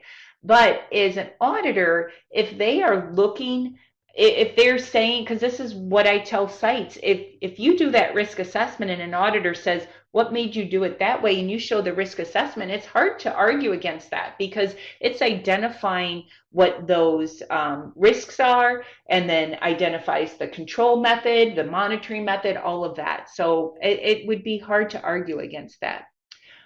Is there a good standardization form that sites can utilize for risk assessments? I want to say, look in our guidance document, because we have a couple of resources in there. And I would just look in that guidance document. I apologize. I know we have a few resources in there, and I want to say there are some good, there might be a good form in there that you can utilize. Can auditors score an NA without approval from the CB when it's not mandatory? Yes, absolutely. You can score it as a non-applicable. Let's just say there's, coolers, you're auditing coolers and there aren't any coolers. You can mark it as non-applicable. Or if they did a risk assessment, you review it, you could mark it as a non-applicable. I mean, you could mark it as a non-applicable when it's not mandatory. Any mandatory requirement needs a compliant or a non-conformance. Let's see. We need to talk more about label reconciliation. Okay, well, there is a guidance document on that, so you can certainly review that guidance document for label reconciliation. I don't know what else to talk about specifically, but 2612 is label reconciliation. The idea is that the site has methodology in place to ensure that the right labels are on the right product, match up to that product. That's basically what we're looking for. That's the intent. So the site has to identify what's their methodology to ensure the labels are matching up, because what we want to prevent is recalls due to mislabeling. And it's not just mislabeling of allergens, it's just mislabeling. The wrong product is matched up with the wrong label. Yeah. Can ask if sites allow employees to answer interview questions and whether sites offer incentives to employees for food safety or food quality. Yeah, sites can do that. They can offer incentives for that. And that could be, a part of food safety culture if you want. There's controversy about food incentives for offering people incentives for food safety. It could backfire on some, but if it's done correctly, that might be a good indicator for that. Let's see what other questions we have in there.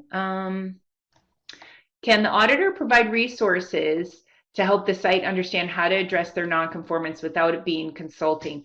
That's a good question. There are ways to do that. You can certainly reference them to sqfi.com. You could say, yeah, there are some excellent resources on SQFI that might provide you with some understanding of the intent. So, you don't want auditors to be, just robot auditors, yes, no, this and that. But without being consulting, so helpful without being consulting, and that's just so tricky. But you can certainly describe the intent. So there are some things that could be leading, like what you need to do is make sure that XYZ, right? So what you need to do is ensure that food safety culture is mentioned on the policy statement. That's wrong information to begin with, but it's also just saying to the site, if you do this, then I'm going to approve your corrective action.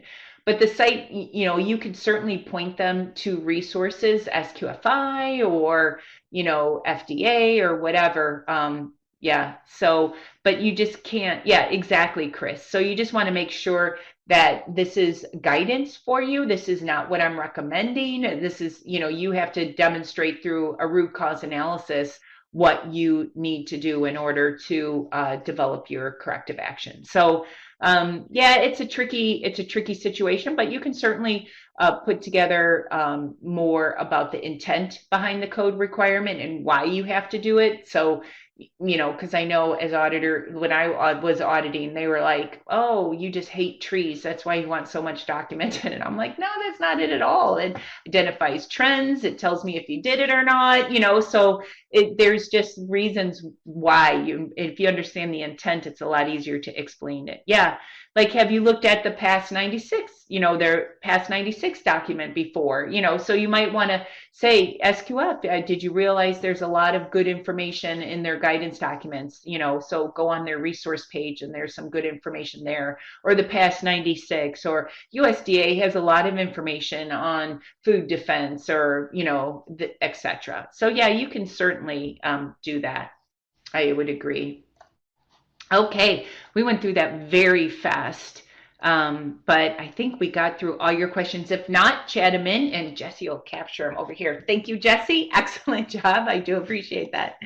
Okay, so I'll go through this quickly, and I want to say this. So this is Benjamin Franklin. John Wooden had a similar phrase, but by failing to prepare, you are preparing to fail, right? So what do I mean by that? For those 10% that haven't audited against Edition 9, how are you preparing to do that, right? So when a new code comes out, when a code amendment came out, when the new code requirements came out, what did you do in order to prepare? You probably went to some webinars, you read through the code requirements, you went through the change list, you participated, you actually probably presented on a webinar, and we appreciate that. But you need to prepare in order to audit against these code changes. And one suggestion is to develop a checklist for these new Edition 9 requirements. And a checklist is a great way, and it's for new auditors, and this is what we train in our lead auditing class, is to develop questions about that code requirement. What are you looking for in order to demonstrate compliance? Right? So what am I looking for in food safety culture? What am I looking for in label reconciliation? So to get and then as it goes through, you might spark other questions like, hey, Leanne, this is my question specific on label reconciliation, right? So when you're preparing to go to a site, what are those types of evidence that you're looking for in order to demonstrate compliance? So somebody, and I don't know who my favorite person is, but somebody typed in RIO in there, and that's my favorite word, because RIO is those records, the interviews, the observations that you would be reviewing and looking for to demonstrate compliance. Those are the facts. Those are the facts you are collecting. So go to RIO when you are looking at these new Edition 9 code requirements. So when you're developing your checklist, you're actually going to write down these questions. What am I looking for label reconciliation? What is your methodology in order to XYZ? For food safety culture, what kind of interview questions am I asking the employees on the line? right? So review the code requirement is one thing, but actually pretending to audit against it is another. So review it. You might go out on your first audit and say, these questions didn't work so well because they totally took me in a different direction. And you might want to modify it. Or better yet, you might have asked a really good question. Write it down, because then you can use that question again and again and repeat this process, because it's a new code requirement. Prepare to audit against it. Just reading it isn't going to be good enough. It just isn't going to be good enough. So your checklist is a great memory aid. It helps manage your time. It covers your subjects. It allows you to collect that right evidence. So make sure that you identify what code requirement. Make sure your questions that you're writing are concise and gets to the point, that you're preparing, obviously, notes, that you're not just asking both closed and open-ended questions. So make sure that you're using that checklist. So for example, and in all of our guidance documents now, you'll see that that final section is that road to Rio. What is the records, the interviews, and the observations you would be looking for in order to demonstrate compliance to that food safety culture? And again, these are just examples. It does not mean if they don't have this, then they don't have food safety culture, but these are just some of the records, some of the interviews and observations that we put down. And obviously you all will modify, your checklist, or modify even the guidance document as you're auditing to ensure that it's going to work for you and the process and product you're auditing. So write your path to the road to Rio. Okay, another question. If sites allow employees to answer interview questions, and whether sites, oh yeah, all right, sorry, I got that. Never mind. Wasn't another question. So Christy already provided a lot of the resources, but go to our website under the resource tab. Webinars, checklists, code change docs, numbering, guidance documents, online training, the training centers are on there, consultants are on there. So, there's a lot of good resources that are available on our website. Okay, any other questions about edition 9? We're almost done, y'all, and I do appreciate you taking. Okay, excellent. So we're going to move on from edition 9 and go to industry news. And I love this section because it's just some of the topics that have been drawn to me, and I just want to share them with you. So I don't know if you noticed this, but it was in the Washington Post. USDA's new labeling for genetically modified foods went into effect January 1. It's just a bunch of different, before it was a bunch of different patchwork of it's GMO or genetically engineered or bioengineered. And now they're sticking really to bioengineered. So take a look at the Washington Post. They had a really good article on USDA's new labeling.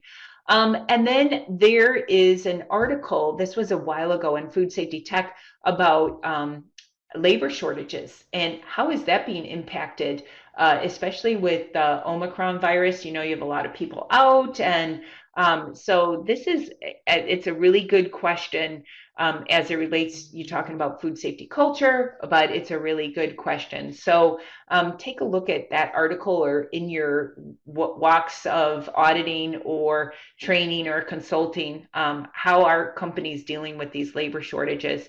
So in December, their FDA has a really good foodborne outbreak response plan, and there's a really improvement on this plan, and this is all part of Frank Yanis's new era of smarter food safety, and they have put together an improvement plan. So you can take a look at that article. The last number 4 I saw it yesterday in Food Dive, is that Biden they just have as part of that American Rescue Plan, $1 billion to help independent meat producers. So $375 million for independent processing projects, financial options for small producers, etc. And this is for meat producers. So this is very interesting because it's going to engage more and more small producers in there.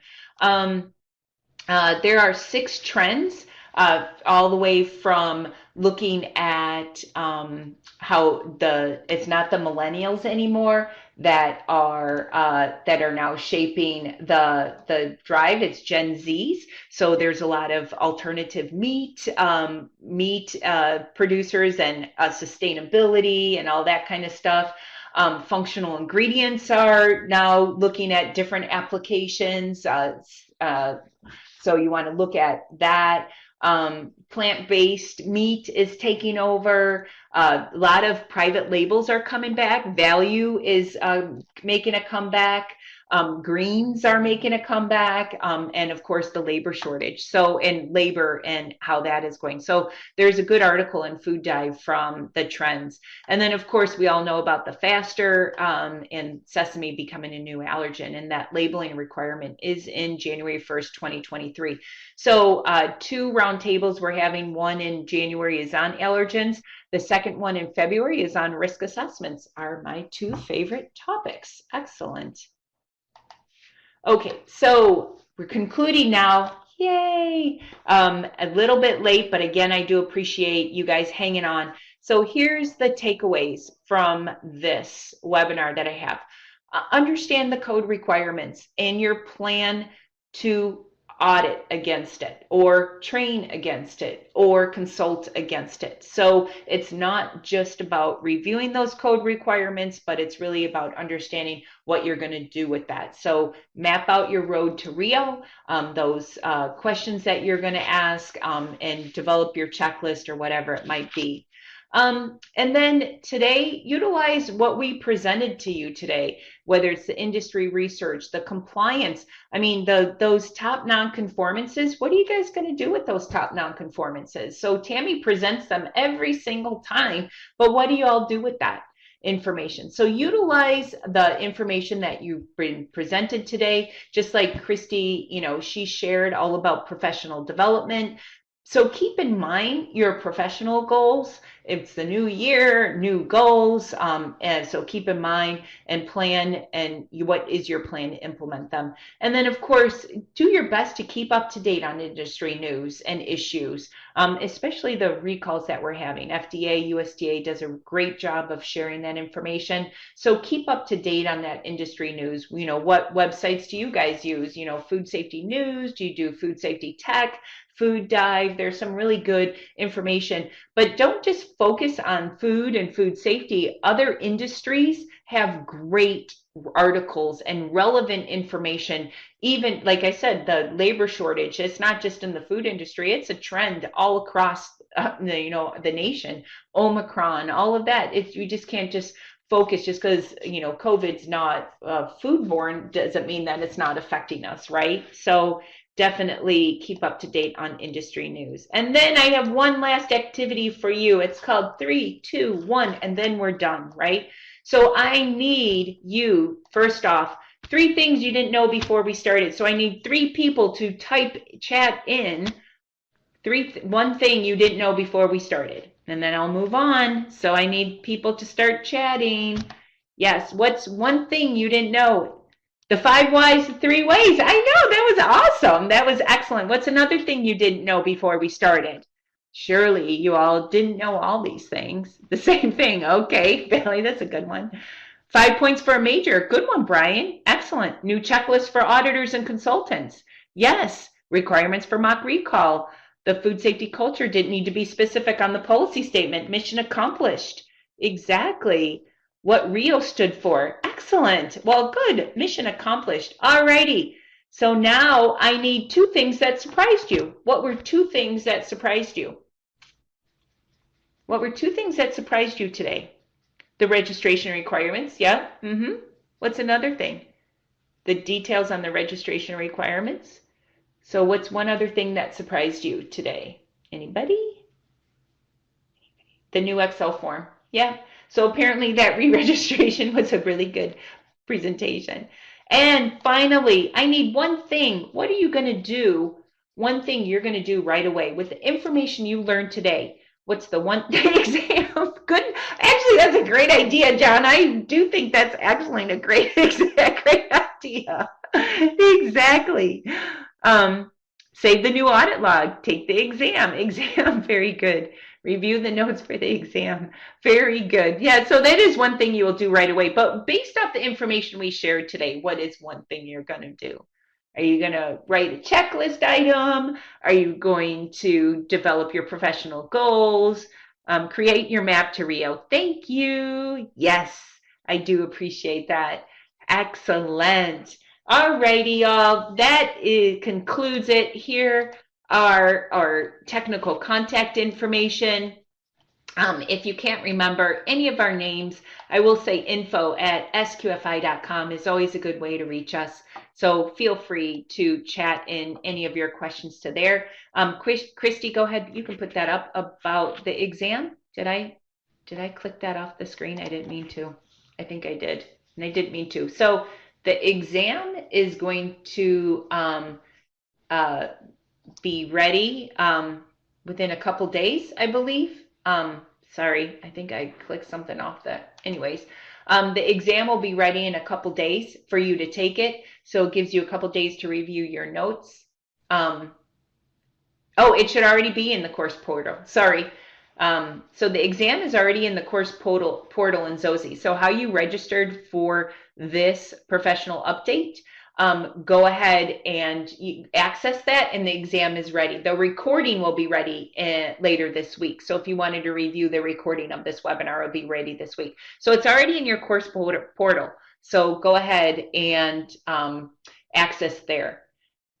Yes, so good point, Christy. Once started, you have 14 days to complete it. So you have 3 attempts, but you have 14 days to complete that in order to get that done. So once you've started, finish it. That's what you have to do. That's what you have to do. And that's all I have for everybody. If you have any other questions, feel free to chat them in. Otherwise, info@sqfi.com. Many thanks to Christy and Tammy for their presentations, and many thanks to Jesse for all the behind the scenes work. Definitely appreciate it. And thank you. I hope you all have a wonderful day, a great week, month, and a happy 2022 to you all. Thanks. Have a great day. Bye.